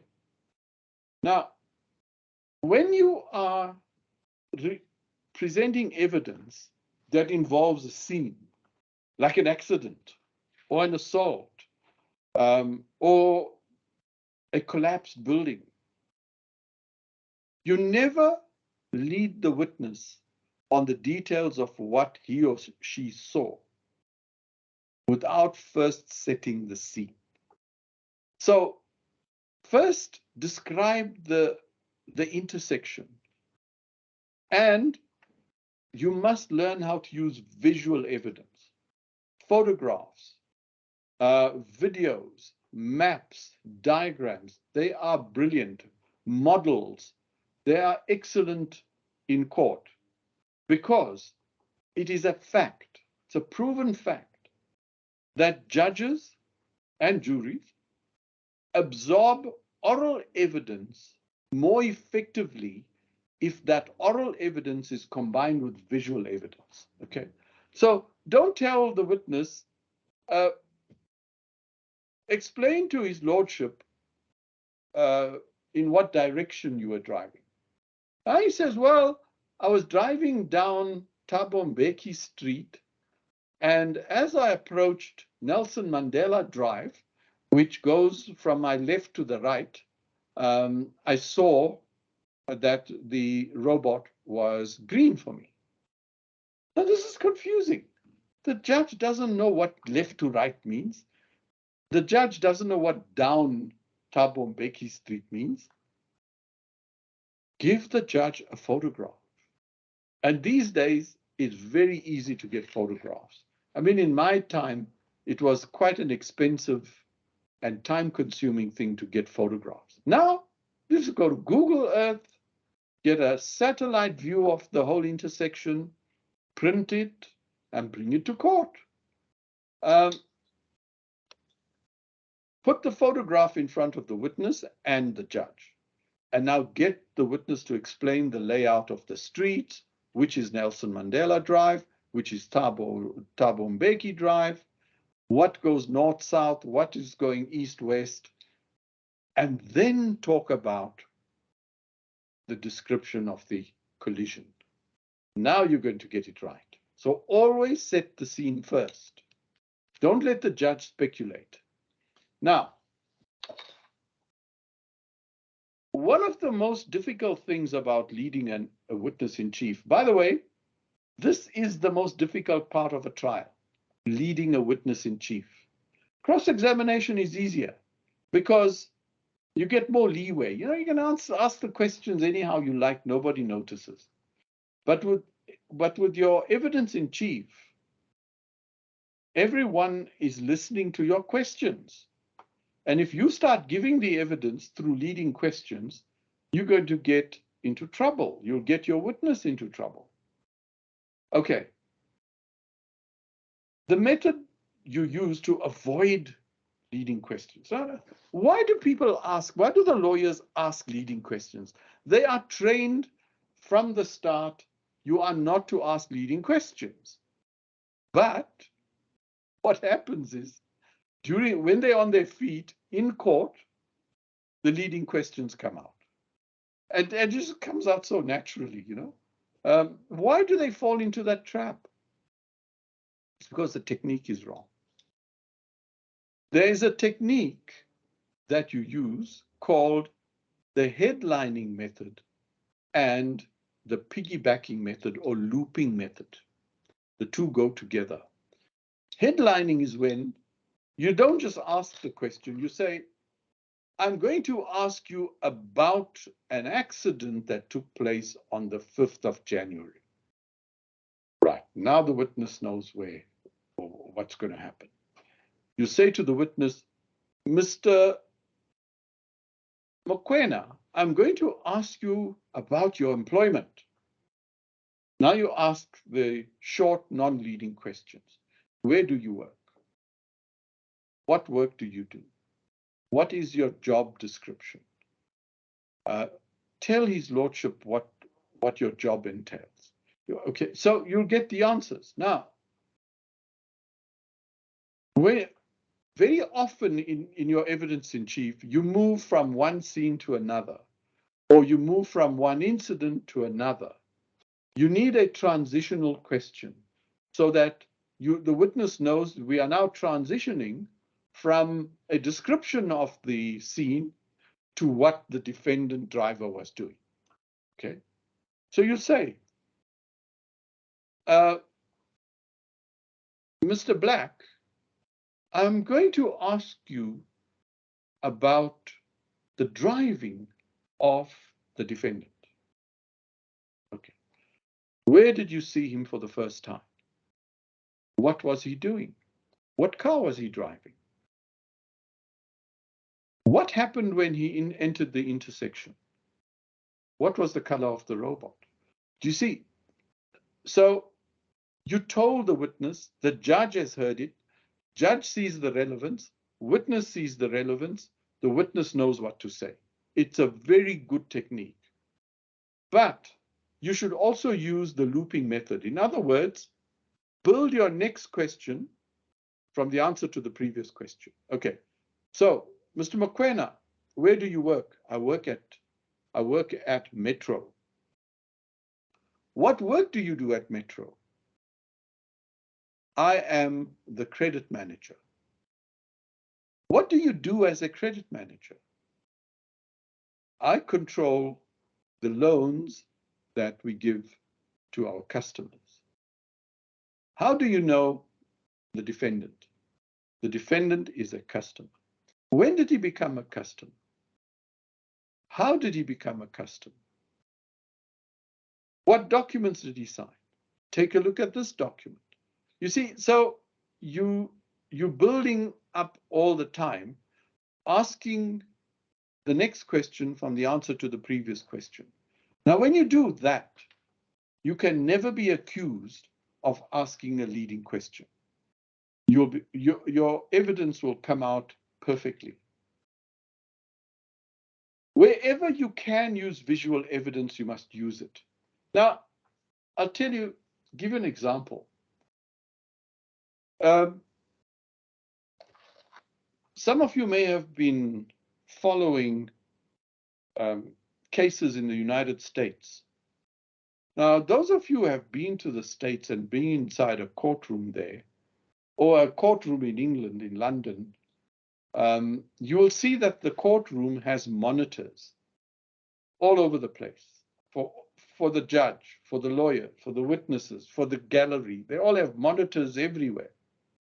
The reason being that the lawyers have learned that visual evidence is persuasive.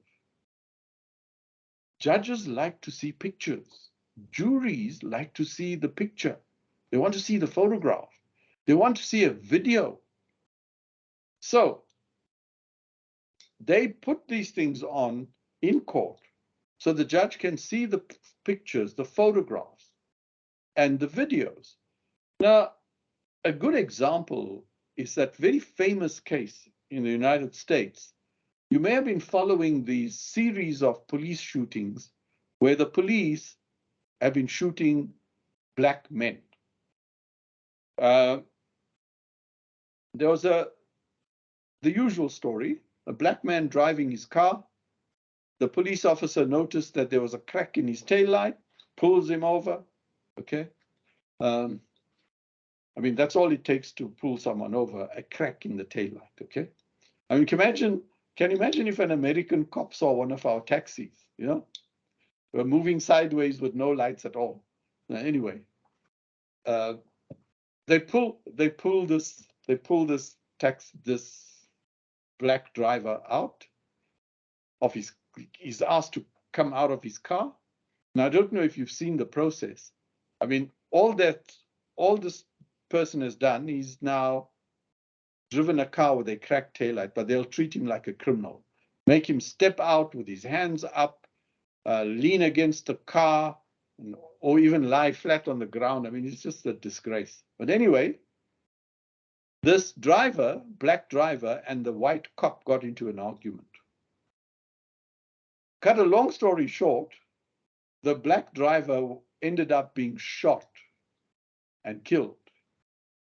So they went off on a press conference and so on. The police chief came on television to explain how this tragic incident took place, that the police officer had to defend himself, and that's how he shot this black driver. Well, that's the version the policeman gave, and it looked like he was being a hero. What the cop didn't realize was that this incident took place next to a park. On the other side of the fence, adjoining the park, there was a woman standing there, seeing this altercation with between the police and this driver. And she had a cell phone and she was filming the whole thing.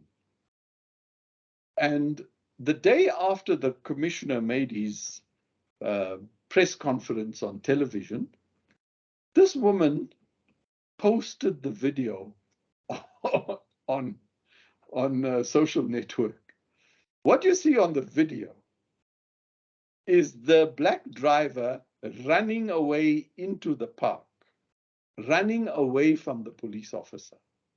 And the police officer is seen standing there with his gun and shot the fleeing driver 5 times in his back. Now that's a very different version to what was given. This video, when it made its appearance, turned the whole case on its head. That video ended up being played in court. The police settled the matter very quickly, apologized for their false information, and it was a big scandal. But that has happened many times in the United States where a video emerges. Now, videos have a habit now of turning up in social media networks all the time. But there are other opportunities for you to use visual evidence now. Things like satellite imagery, imagery taken from a drone, data from the ECU of a motor car, CCTV cameras, all of those things. You know, we live in a world where there's someone watching us all the time. So as a lawyer, you must be alive to this. You pick up very persuasive evidence. Visual evidence works brilliantly. You want to control your witness, avoid multifaceted questions, no open-ended questions. You know what open-ended questions are? It's the one lawyers are so used to using, and it sounds terrible. It's when you say to the witness, tell the court what happened. And then what happened? What happened next? I mean, do you know what the witness is going to say? The witness is left to deal with it himself. And remember, when you ask the question, you must know what answer you're going to get. If you ask an open-ended question, you might get an answer you are not expecting, and that's bad for you. And then, being a trial lawyer involves a lot of acting. Those of you who don't know how to act, you must know how to look confident in the face of just having dropped a clanger. You must know when to look angry. You must know when to look happy. You must know how to look like you're in control. If you don't know how to do these things, well, take some lessons. When your witness gives you an answer you are not expecting, don't let it show. I've seen lawyers who get the wrong answer and they take the pen and they fling it on the desk and glare at their own witness. You let the cat out of the bag. Your opponent is busy writing feverishly because you just went and put your foot in it. They will use it against you. When you get an answer you are not expecting, you look like that's exactly what I was expecting you to say and quietly move on. Okay? You must never be antagonistic towards your own witnesses. And remember, the reason you're doing this is so that the facts that come out and the applicable law will support your version of the facts, not your opponent's. Okay, now here's the question of credibility. Now, what does credibility mean? It means a number of things to a trial lawyer. Firstly, the witness has to give credible evidence. In other words, the evidence must be believable. It must be evidence that the judge will accept. That also means the evidence the version must be probable.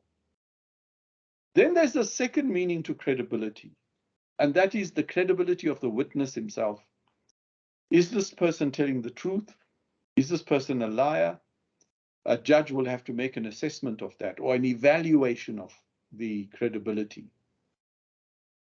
Now, when you lead your witness in chief, you must establish the credibility of the witness. In other words, establish that this witness was there. The witness has personal knowledge, or how the witness came to have knowledge. How did the witness become involved in the case? That establishes the witness's credibility to give evidence. So lead the background information, show that the witness had personal knowledge, lead the evidence that will strengthen the witness. Things like, where were you standing? What was the lighting? What was the weather like? Do you know this person? Are you aware of the area? So you strengthen the witness with that kind of knowledge. And you are not to be boring. Please, this is a trial. If you have a boring monotone, can you imagine if I presented this course to you in a boring monotone? You'd all be asleep by now. All 80 of you would be asleep. It's the same with a trial. How many of you have been in a trial in summer, after lunch, and you know that in our courts, the air conditioning never works, especially in Gauteng, it does not work. It's boiling hot. Some people have had big lunches. They fall asleep. I've seen judges fall asleep. I've seen assessors fall asleep. I once saw a judge fall off his chair. Someone called the ambulance. They thought he had a heart attack. He'd just fallen asleep. He was fine. So this happens. Your job is to maintain the interest in your evidence. Don't be boring. For instance, the witness says the traffic light was red for the defendant. Don't do that in a boring monotone. Say, Mr. Smith, what was the color of the robot? It was red, my lord. Oh, it was red. Okay, now you've rubbed it in. Now move on. It's an important fact. Don't let the judge miss it. Okay.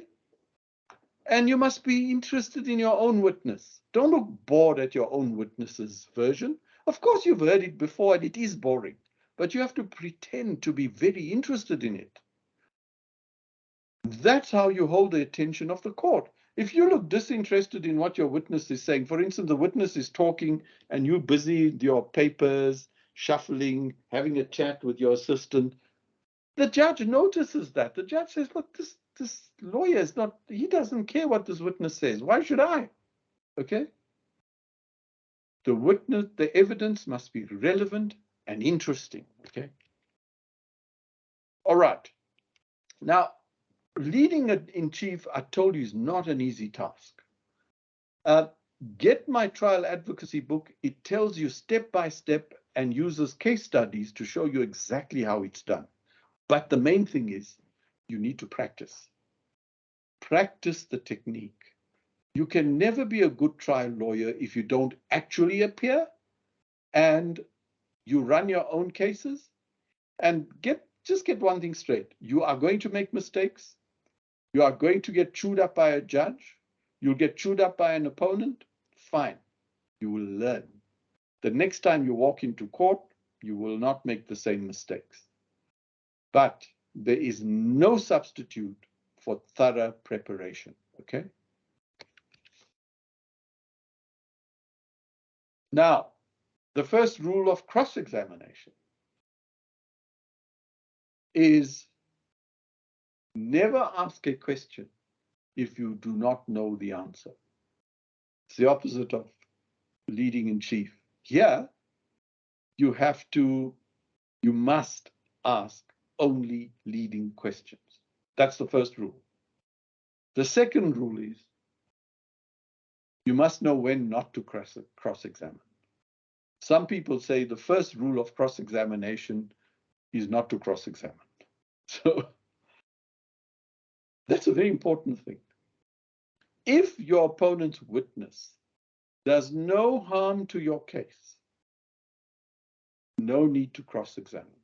There are some people think that you have to cross-examine. Here's your opponent's witness, just gave evidence. Your job is to cross-examine. So you get up and cross-examine. No, it's not like that. You only cross-examine if that witness gave evidence that is damaging to your case. If the witness did not do that, you stand up and you look at the judge with a look of surprise on your face and said, my lord, if that is the evidence, I have no questions. Sit down and look contemptuously towards your opponent as if he wasted everyone's time. That's what a good lawyer will do, okay? But you must know when to stand up and ask questions, okay? The purpose of cross-examination is to bring out evidence that suit your case. If your opponent's witness does not damage your case, no need to cross-examine. Just sit down. Here are the purposes of cross-examination. Elicit facts favorable to your case. Oh, by the way, let me start off by saying what you don't do in cross-examination. It is not the purpose of cross-examination to break the witness, okay? That's the kind of nonsense you see on television where the witness is taken apart and in a state of extreme emotion confesses all. And the lawyer looks like a hero. No, that doesn't happen in real life, okay? Real life is just hard work and right technique. You want to challenge the truth and accuracy of the witness's version. You want to discredit the witness. You want to introduce your client's version to the witness. In some cases, for example, in a criminal case, if you are acting for the cross-examining the state's witnesses, you must put your client's version to the witness. In a civil case, where there is a serious dispute of fact, it is always advisable to put your client's version to the other witness and to give that witness an opportunity to comment. You can also cross-examine one witness to undermine a witness who has not yet testified. Okay? Mr. Jones, you were on the scene. You saw that the light was red for the defendant. Yes. You know that Mr. Jack, who's standing outside court, he was also there. He would have seen the same thing. There cannot be a mistake. Okay, so now you're busy undermining Mr. Jack, who is outside. Okay, so and a really good purpose of cross-examination is to parade your own case. This is where now you in the form of leading questions, you're telling the witness what actually happened, but you're putting your client's version. I start off by saying, if it is not necessary, do not cross-examine. That is a given. You know, I was once in a trial, and the witness did not damage our case at all. In fact, I wondered why they even called this witness. So I stood up and I said, no questions, my lord. My attorney started tugging my gown. So I turned around, he said, ask for an adjournment. So I thought, oh, something terrible has happened. So I tell the judge, we need a short adjournment. So I turned to my attorney and said, what's the problem? He said, why aren't you cross-examining? That's why we briefed you. Cross-examine this witness. I said, no, there's no basis for it. He says, I am instructing you to cross-examine. I said, if that's the case, I'm withdrawing now. Eventually, he simmered down and we carried on with the case. We won the case, but cross-examination can cause a lot of trouble. I'll give you a very simple example. I didn't often sit in criminal courts because I hated those things. I always managed to dodge it, but one day the judge president asked me to go and hear a murder trial, a murder and robbery trial in Delmas in the circuit court. There were 5 accused in that matter. The charge was that they had attacked a farmhouse and robbed the farmer of his goods and so on. So what these 5 robbers did is, after they committed the robbery, they packed all the goods they stole into the farmer's car. Unfortunately for the robbers, the car was an Alfa Romeo, which means it got stuck. That's what happened. As they drove away with their loot, the car stalled and got stuck. Another farmer was responding to an alarm that was set off by the robbed farmer, the victim. And as he drove towards the farmer's house, he spotted the car. And he saw there were these 5 men standing around the car. So he didn't approach them because they were armed. So he stood and he watched them and he radioed for other police. When these robbers saw the farmer, they then ran away and disappeared into the bush. Well, these 5 were arrested. The first witness for the state was the farmer who responded. Here, he took the stand and he testified. He said he saw these 5 men. They were, it was the farmer's car. He knows the car, and they ran away. He didn't say that it was accused number 1, number 2, number 3, and number 4. So I asked the defense counsel the rhetorical question. I said, any questions? And he said, yes, my lord. He stood up to ask. His first question, Mr. Farmer, You didn't see any of these accused there. No. I actually sat there shaking my head because this was South Africa's dumbest advocate.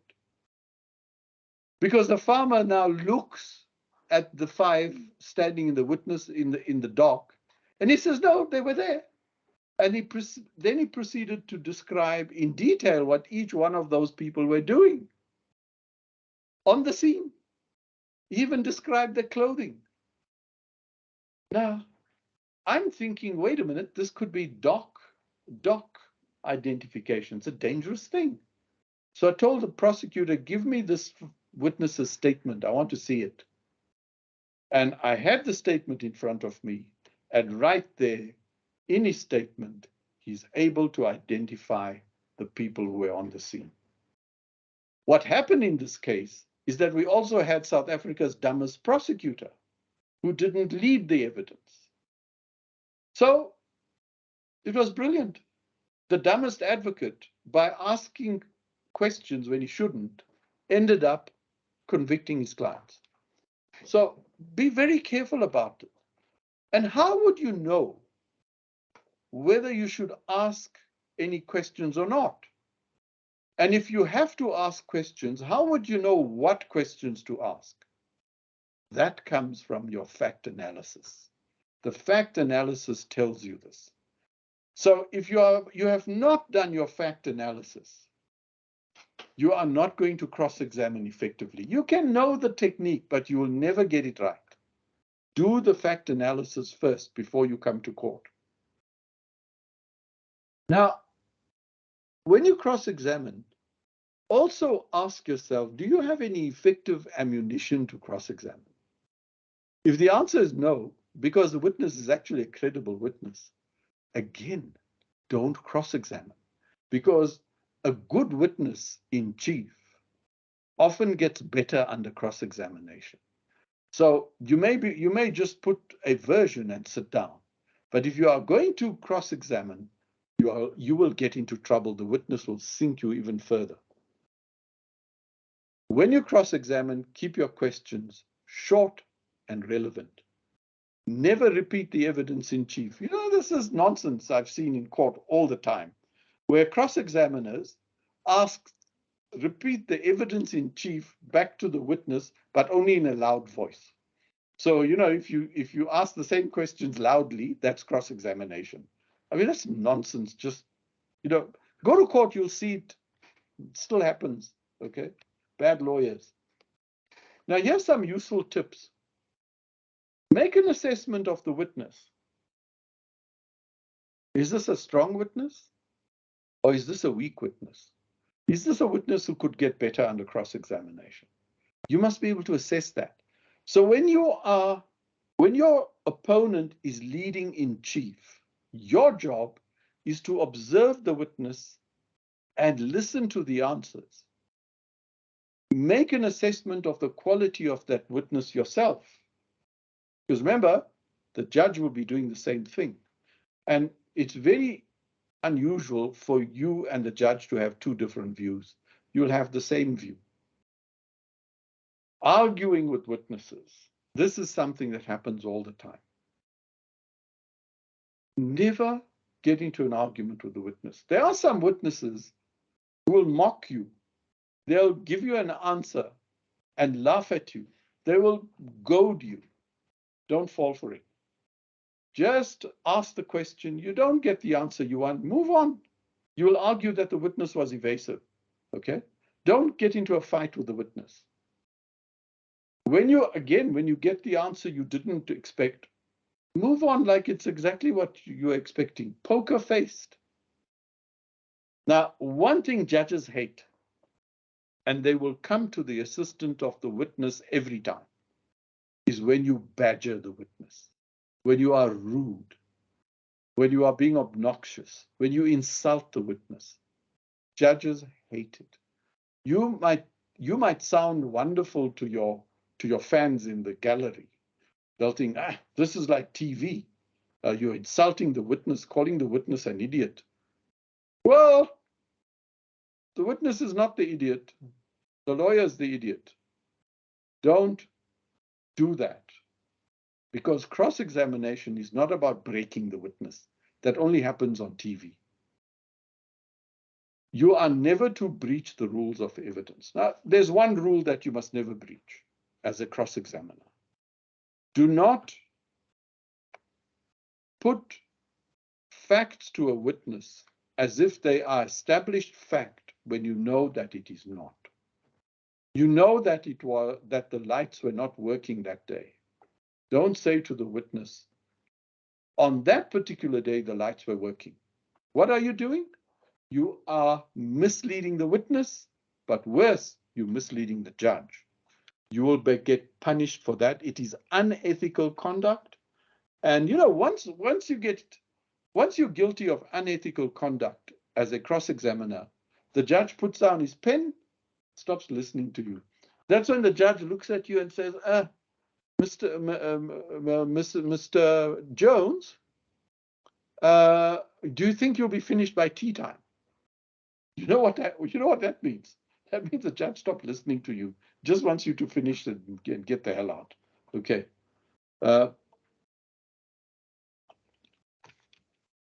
Okay. The questions, ask only leading questions. If you don't know, don't ask. Your job is to put the words in the witness's mouth. That's what cross-examiners do. Okay. You're cross-examining the witness in an accident scene. Okay. Mr. Mokoena, you were driving in your car. Yes. You were concentrating on the traffic. Yes. You were not concentrating on what was happening on the other side of the road. No. You were approaching an intersection. Yes. You know that you have to drive with caution. Yes. You have to slow down. Yes. You were driving too fast.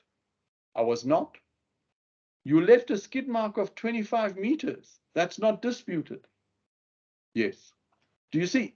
I'm putting the story to the witness, leading questions. Okay.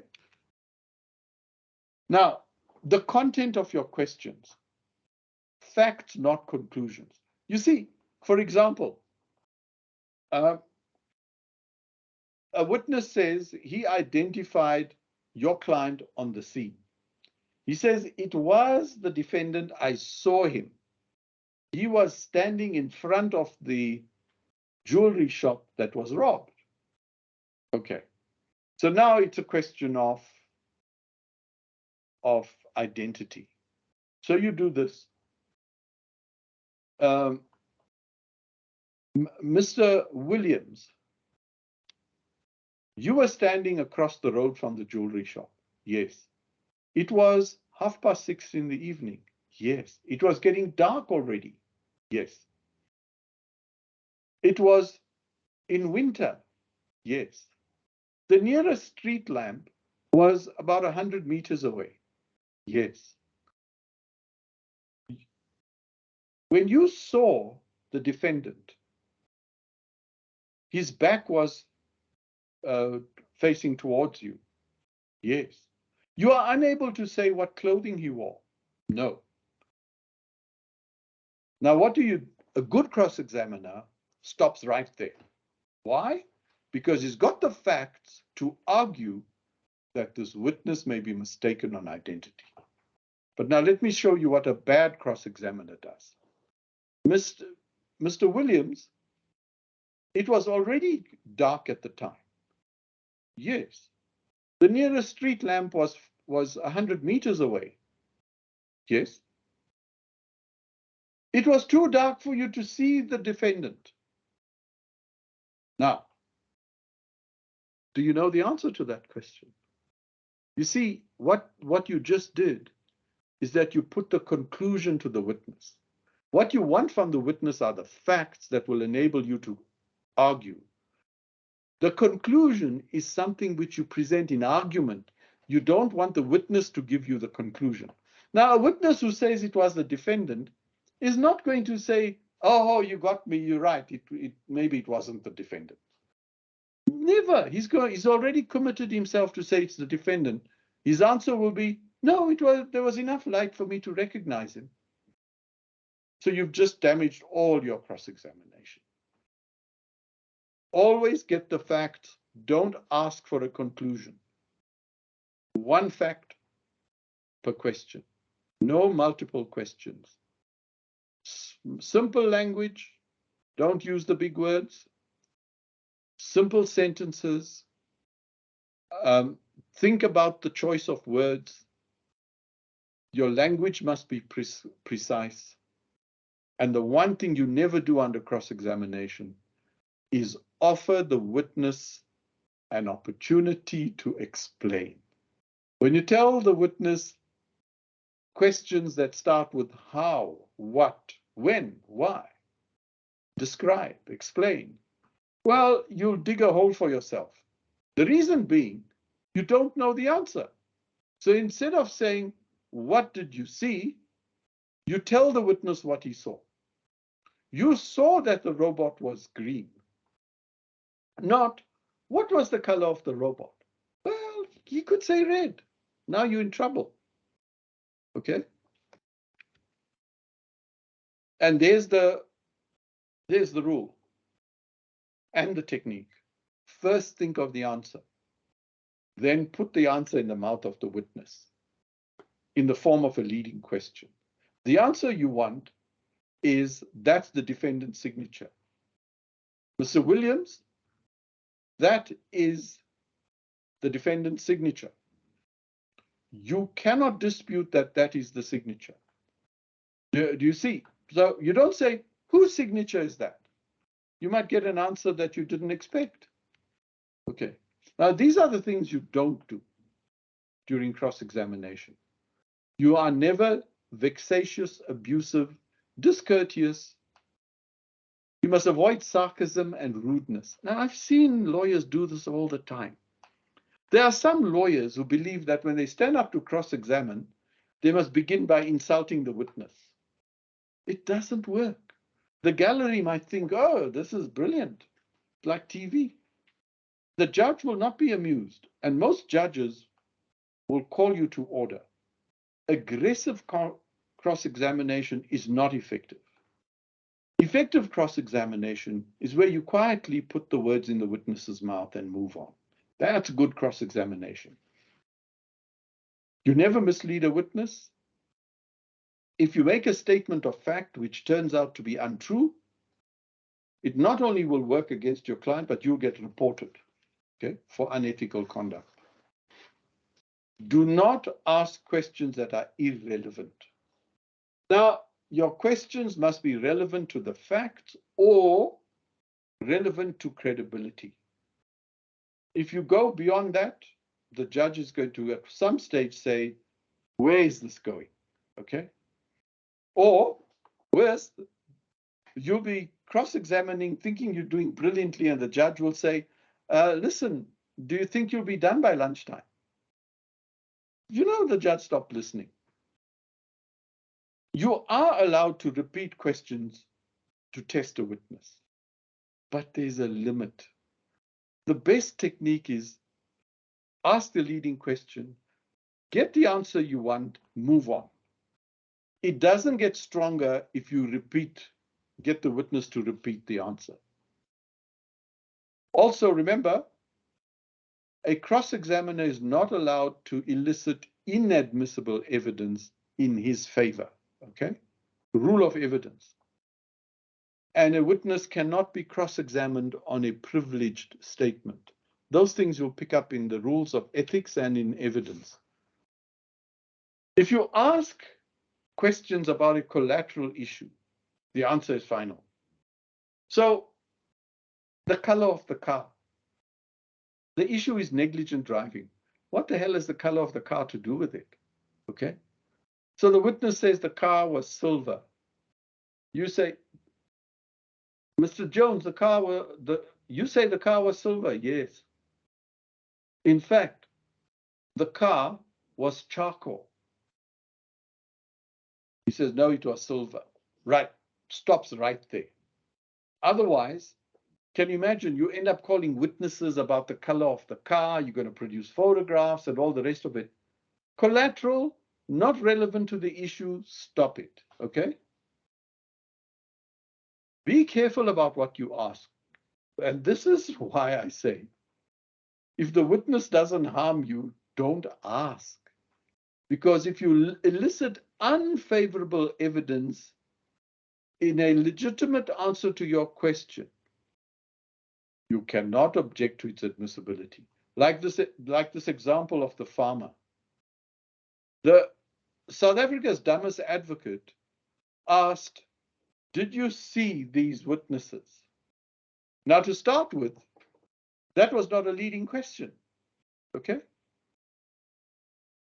He didn't know what the answer was going to be. He thought, because the witness didn't say so in his evidence in chief, he's going to repeat it now and say, no, I didn't see that. But you don't know that.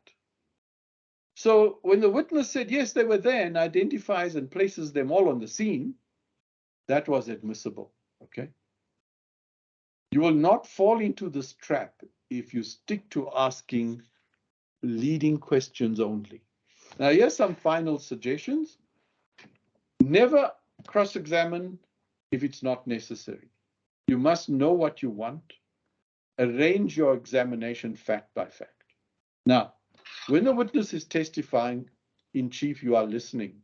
You have marked off those facts which you have to attack under cross-examination. Confine yourself to that and sit down. Lengthy cross-examination does not work, okay?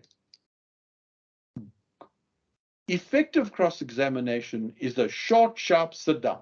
That works, okay? You must never allow yourself to be deviated by the presiding officer or your opponent.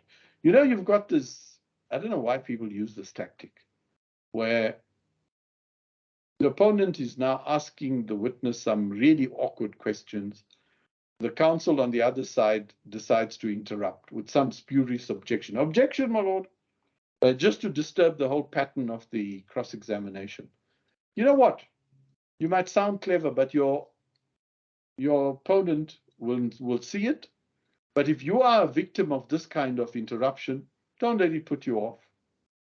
In fact, tell the judge, my learned friend is trying to protect his witness. I'm going to ask the same question, and carry on, okay? Now, the one mistake that lawyers make all the time under cross-examination, I demonstrated to you how you are not to ask the witness for conclusions. You only bring out the facts. When you want to get a concession out of a witness under cross-examination, if you can't do it by way of a leading question, do not ask. Because witnesses will generally not volunteer or give you a concession because you asked nicely. They're against you. They testified against you. They're not going to make those concessions. And also, your job is not to comment about the witness's performance. When I've seen this happen, the witness gives an answer that contradicted the evidence in chief. You are a liar, Mr. Williams. You just contradicted your evidence in chief. What are you doing? You got the contradiction. You argue the matter. You make the comment in your final argument. Don't put that to the witness. The witness might get a second chance and say, oh, no, hold on, that was a mistake. Let me correct it. And there you've blown it all. Always reserve the conclusions and comments for final argument. That's what goes into your heads of argument. So how you lead your witness and cross-examine your opponent's witnesses determines if you are persuading the presiding officer. You can see now that an adversarial trial is all about persuading the judge or the magistrate to accept your version of what happened. That in turn depends on the quality of your evidence in chief and the quality of your cross-examination. You get those two things wrong, you can be a very eloquent lawyer on your feet, but you will still lose the case. Now, I'm going to deal with experts. I've got a bit of time still. By the way, Betty, do you have questions coming through? No questions so far, Judge. Okay. Let's deal with this quickly then. Many cases turn on the evidence of experts. Most of you are familiar with personal injury cases like medical negligence, accidents. Then there are cases involving technical stuff like engineering disputes, buildings collapsing. There are many cases where the judge will require the opinion of an expert to assist.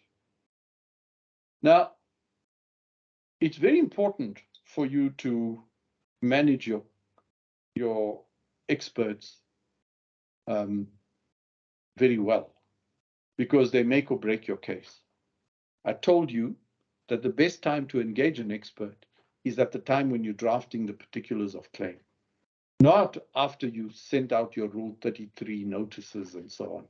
It's too late. You're facing the doors of the court. Now you're looking for an expert. And then you may have to amend your particulars. It's just not the right way to do it. The modern method is to have the expert on board early. Now, one of the things we've done over the years is developed a way of managing the experts in managing experts.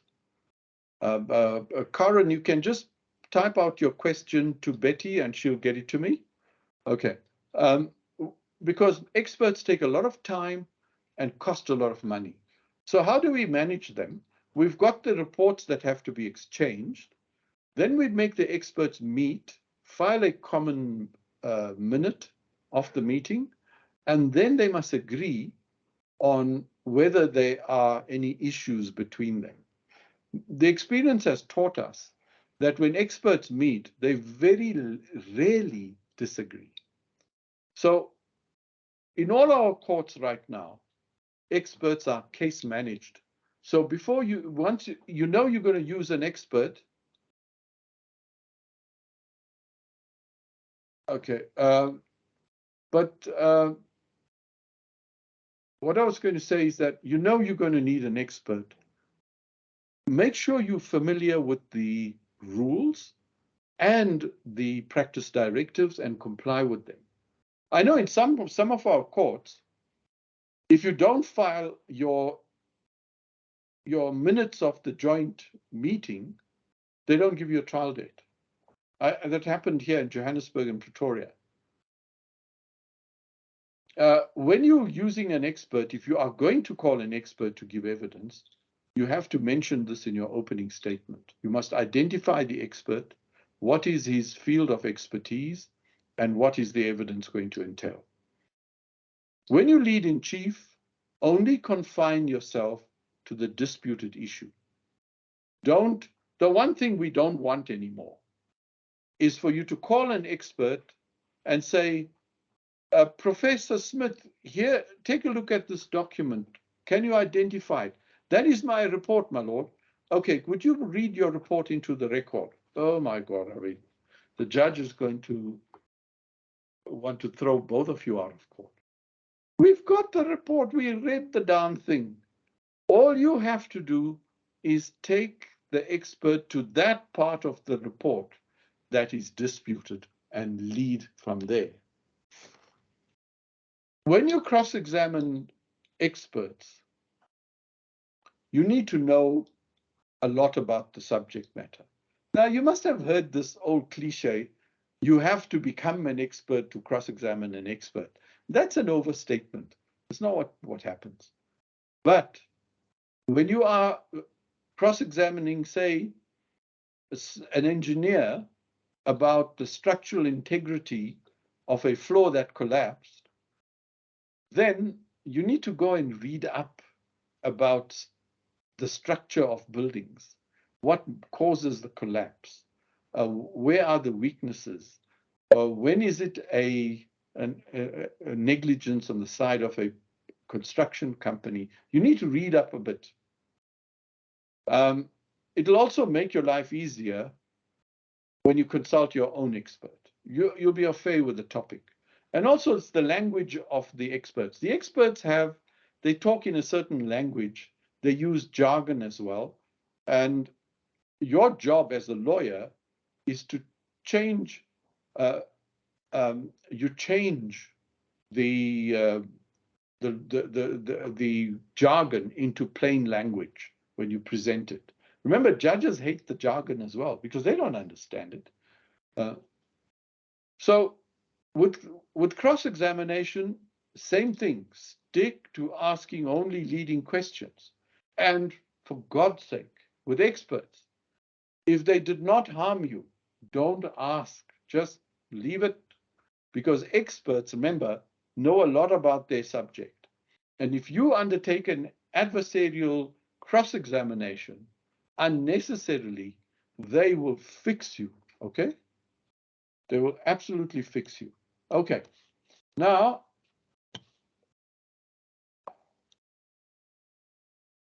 you can read through the areas of attack, and I've got a guide. Now, I'll tell you, this is a useful guide that you have here on how to handle experts in court. I would recommend that you get my book on trial advocacy. I dealt with experts very comprehensively. If you read that chapter on experts, you will know what to do. I guarantee it. Okay? So get it and read that.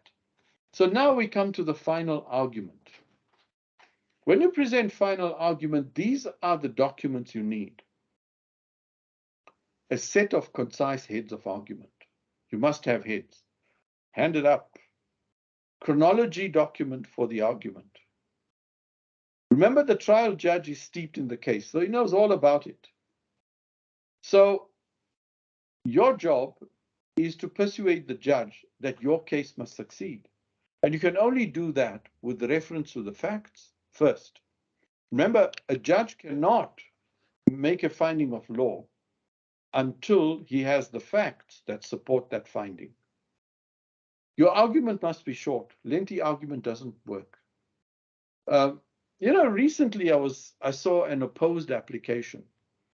It was an application for condonation for late filing of papers. The applicant filed heads 4 pages. The counsel for the defendant, for the respondent rather, 49 pages. You know who won? The counsel who gave 4 pages. Lengthy heads just do not work. So just stop it. It may look like you did a lot of work, but it's for nothing. And just remember one thing. Short heads are far more difficult to write than lengthy ones. Any fool can write 60 pages of heads, but it takes a smart lawyer to write 4 pages. Okay? Learn to do the smart thing. These are the things you have to deal with. What are the remaining issues? Now, remember, you may have started with 3 issues in your opening statement, but through the trial, some issues may have been resolved or fallen away. So you may be left with 1 issue now. Tell the judge what it is. And then tell the judge how you want the judge to decide the issue.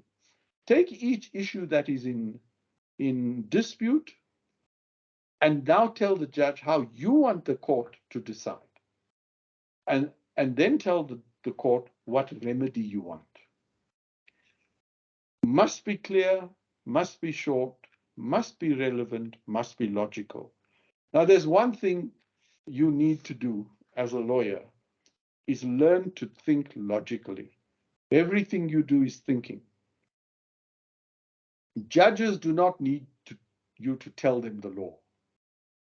They are interested in the findings of fact and your application of the law. So when you present argument, final argument, your reasoning must be evident. The judge must see that you applied your mind.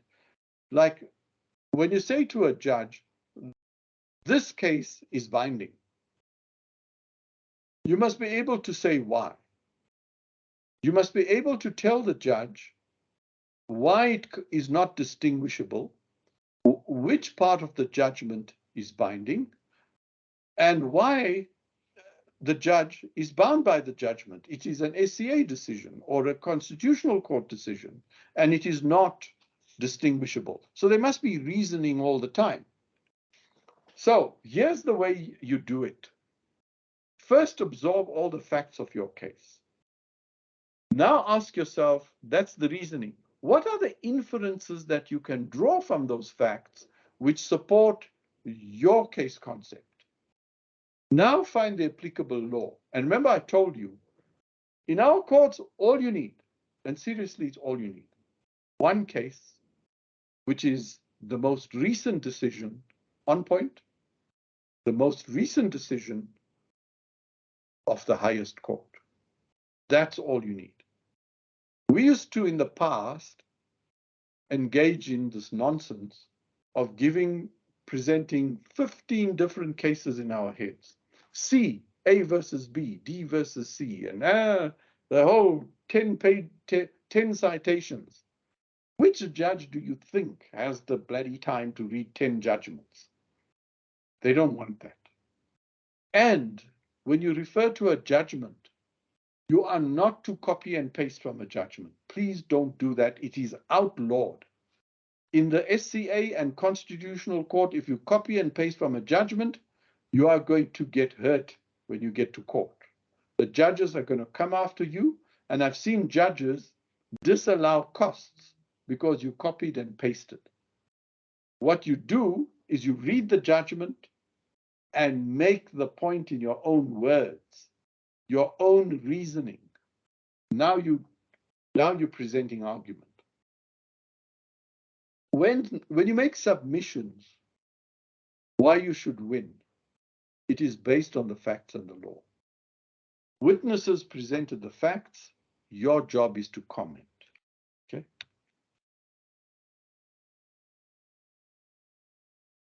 Oh, sorry, I went the wrong way. Now, you must provide a short statement of the main points you rely on. Then take the judge.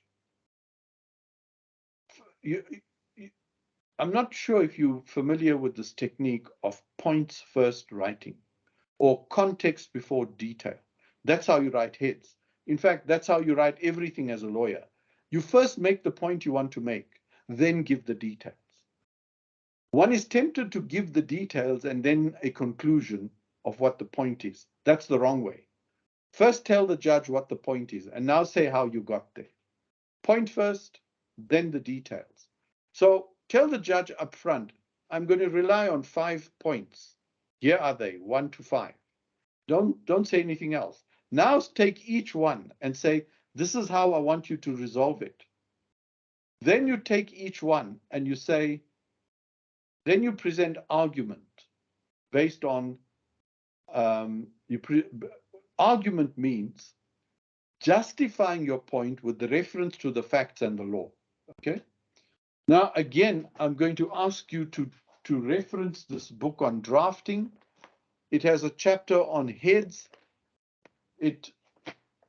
I can tell you from the responses I get from practitioners, this thing has helped them to draft heads on their own, okay? The idea is to do everything yourself, okay, as a trial lawyer. You're not going to outsource stuff to other people, okay? There's also a webinar that I present on drafting heads. I don't know when it's going to happen, but you can check with Betty. Okay, Betty, are there questions that I need to look at? Yes, Judge, I've sent it to you. Okay. Via email. I'm going to have a look now.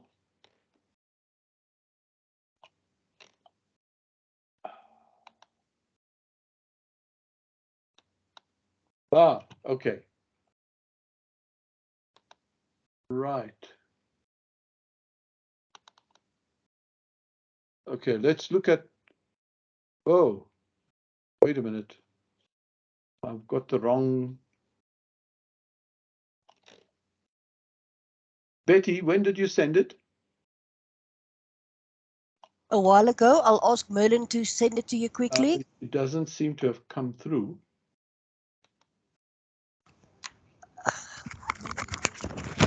Okay, I've got question 1 and 2.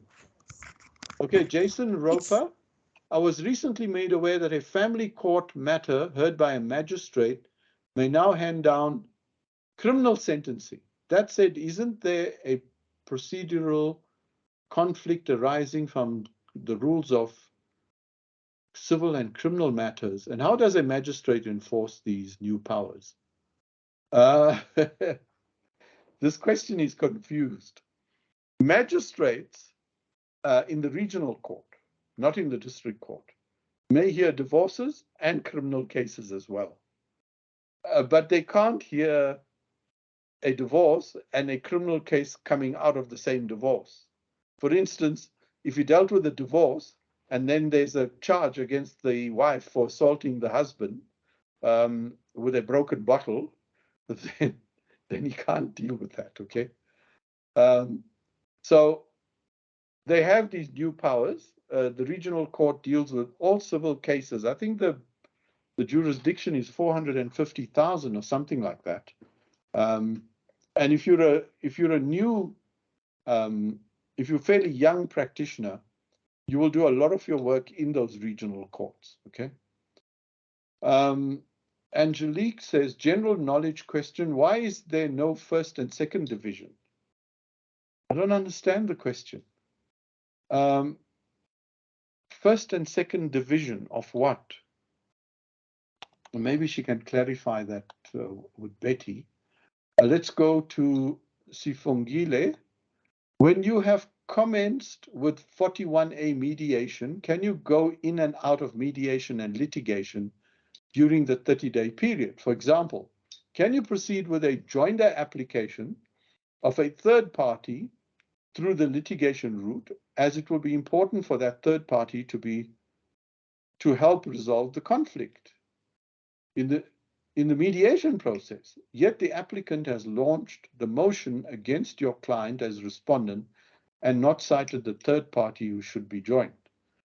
Oh, this is very confusing. To begin with, when mediation starts, and remember, there's a process. You've got to have an agreement. The parties have to sign an agreement, and the rules provide a time frame within which to do so. The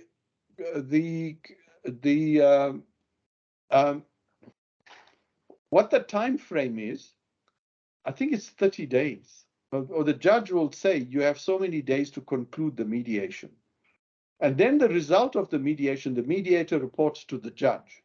Now, if in the meantime, it turns out that you have to join a third party, first of all, it'll be a bad lawyer who only discovers that there's someone out there who has a substantial interest in the outcome of the case and should be joined at the stage when they are in trial or litigating and during mediation. The time to work out that you should be joining a third party is at the pleading stage. A non-joinder would be a good special plea to take, and that should be pleaded. But there's nothing preventing a litigant from bringing an application to join a third party, or a third party bringing an application to intervene during the course of litigation. I understand now what was meant by why we don't have first, second, third division. This reference to different divisions is, I've only seen it in the Western Cape. And what we do in the other courts is we divide the courts are divided according to segments in the role. For example, in Johannesburg and Pretoria, we will have the presiding judge, which will be insolvencies. Then we have interlocutories. Then we have summary judgments and so on. The Cape has their own unique way of dealing with it. For example, urgent court is two separate streams or divisions: urgent, and not so urgent. So it's unique to Cape Town. How do you manage that? You have to read the practice directives.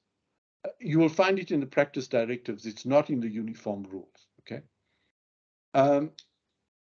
Someone just popped a question. Can we make the mediation a result and order of court? Yes, of course you can. Okay. And that would be by agreement between the parties. The judge will actually make it an order of court. It's better to make it an order of court.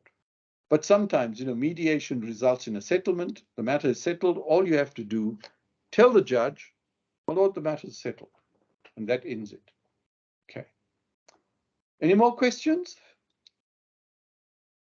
I'm sorry that this is a seminar that tried to cram in a lot into 2-3 hour sessions. What I would suggest, those of you who are keen,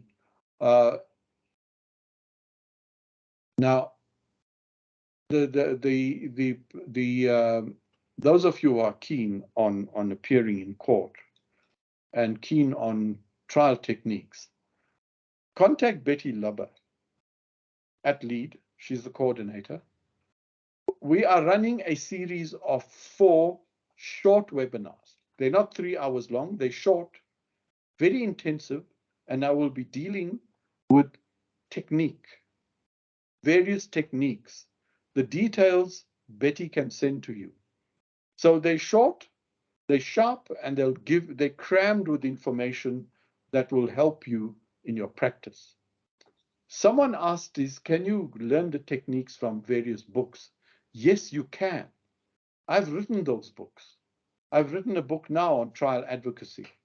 But when it comes to trial advocacy in particular, it is a performance skill. You only get better. Firstly, if you have the knowledge, the technique is one thing. But being a performance skill, it only works if you practice the art, you practice the technique. It's like a football player. I mean, everyone knows how to kick a ball, but you won't get that right until you keep practicing. I mean, the Williams sisters, what's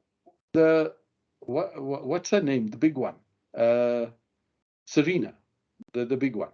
She can hit a serve at over 200 k's an hour. How does she do that? She practices 6 hours a day hitting that ball over the net.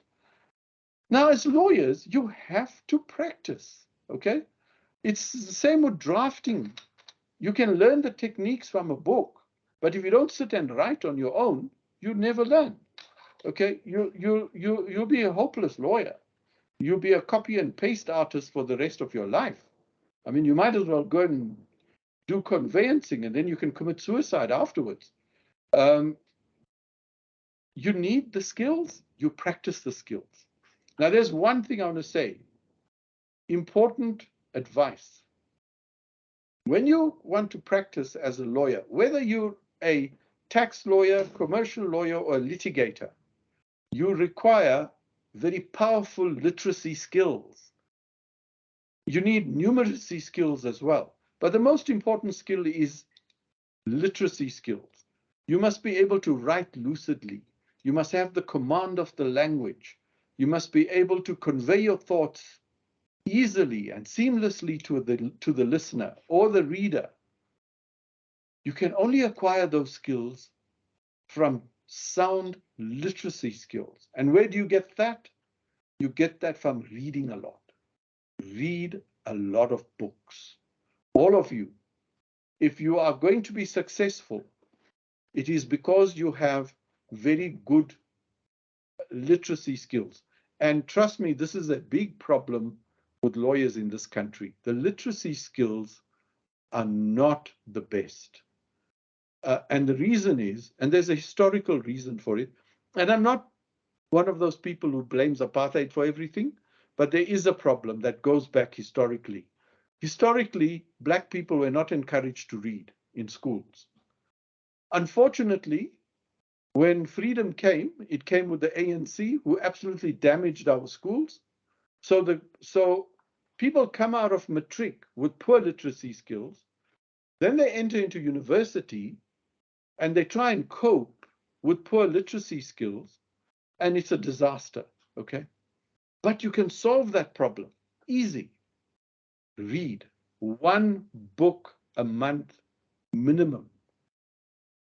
After 12 months, you would have read 12 books. You cannot believe how your skills improve. You will ultimately be reading a book a week. That's where you should be going. And you must read anything that interests you. Don't be a snob. Don't try reading the classics. Don't go and get a book by Thomas Hardy or the Bronte sisters. No, that stuff's boring. Read contemporary literature, okay? One good thing, under the new South Africa, there are lots of seriously good Black writers. Read them. But, you know, I'm not going to prescribe what you should read.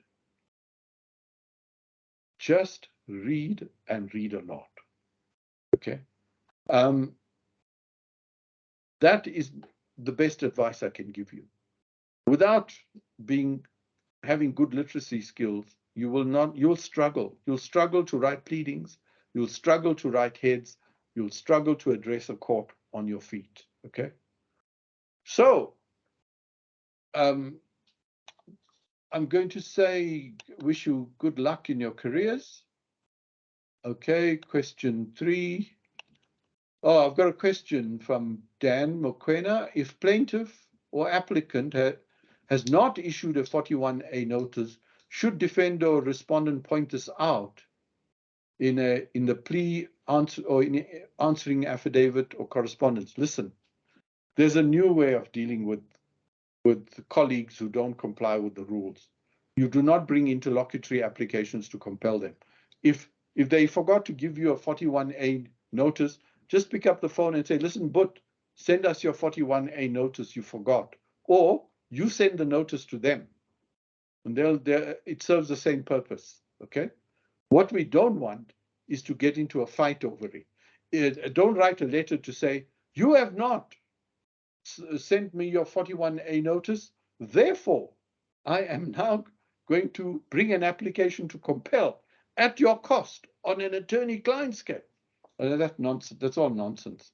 That was not intended by 41A, nor for any of the other rules. Okay. I've dealt with Angelique's question. She's revised it. Okay. Thank you for attending, and I hope you found this webinar useful. Practice the art. And I'll tell you what, litigation is the most exciting thing about practice. Nothing is more exciting than being a good trial lawyer. And it pays, okay? It's very rewarding, but it takes a lot of hard work and honing of your skill. You never stop learning. You stop learning the day you retire or you die. It is such a fantastic career that you can have. It will be a waste if you lost that opportunity simply because you refuse to read, you refuse to practice. You know, we have an oversupply of bad lawyers, but there is a shortage in this country of good lawyers. You want to be a good lawyer, and you'll do very well for yourself. Okay, thank you and goodbye. Thank you for attending.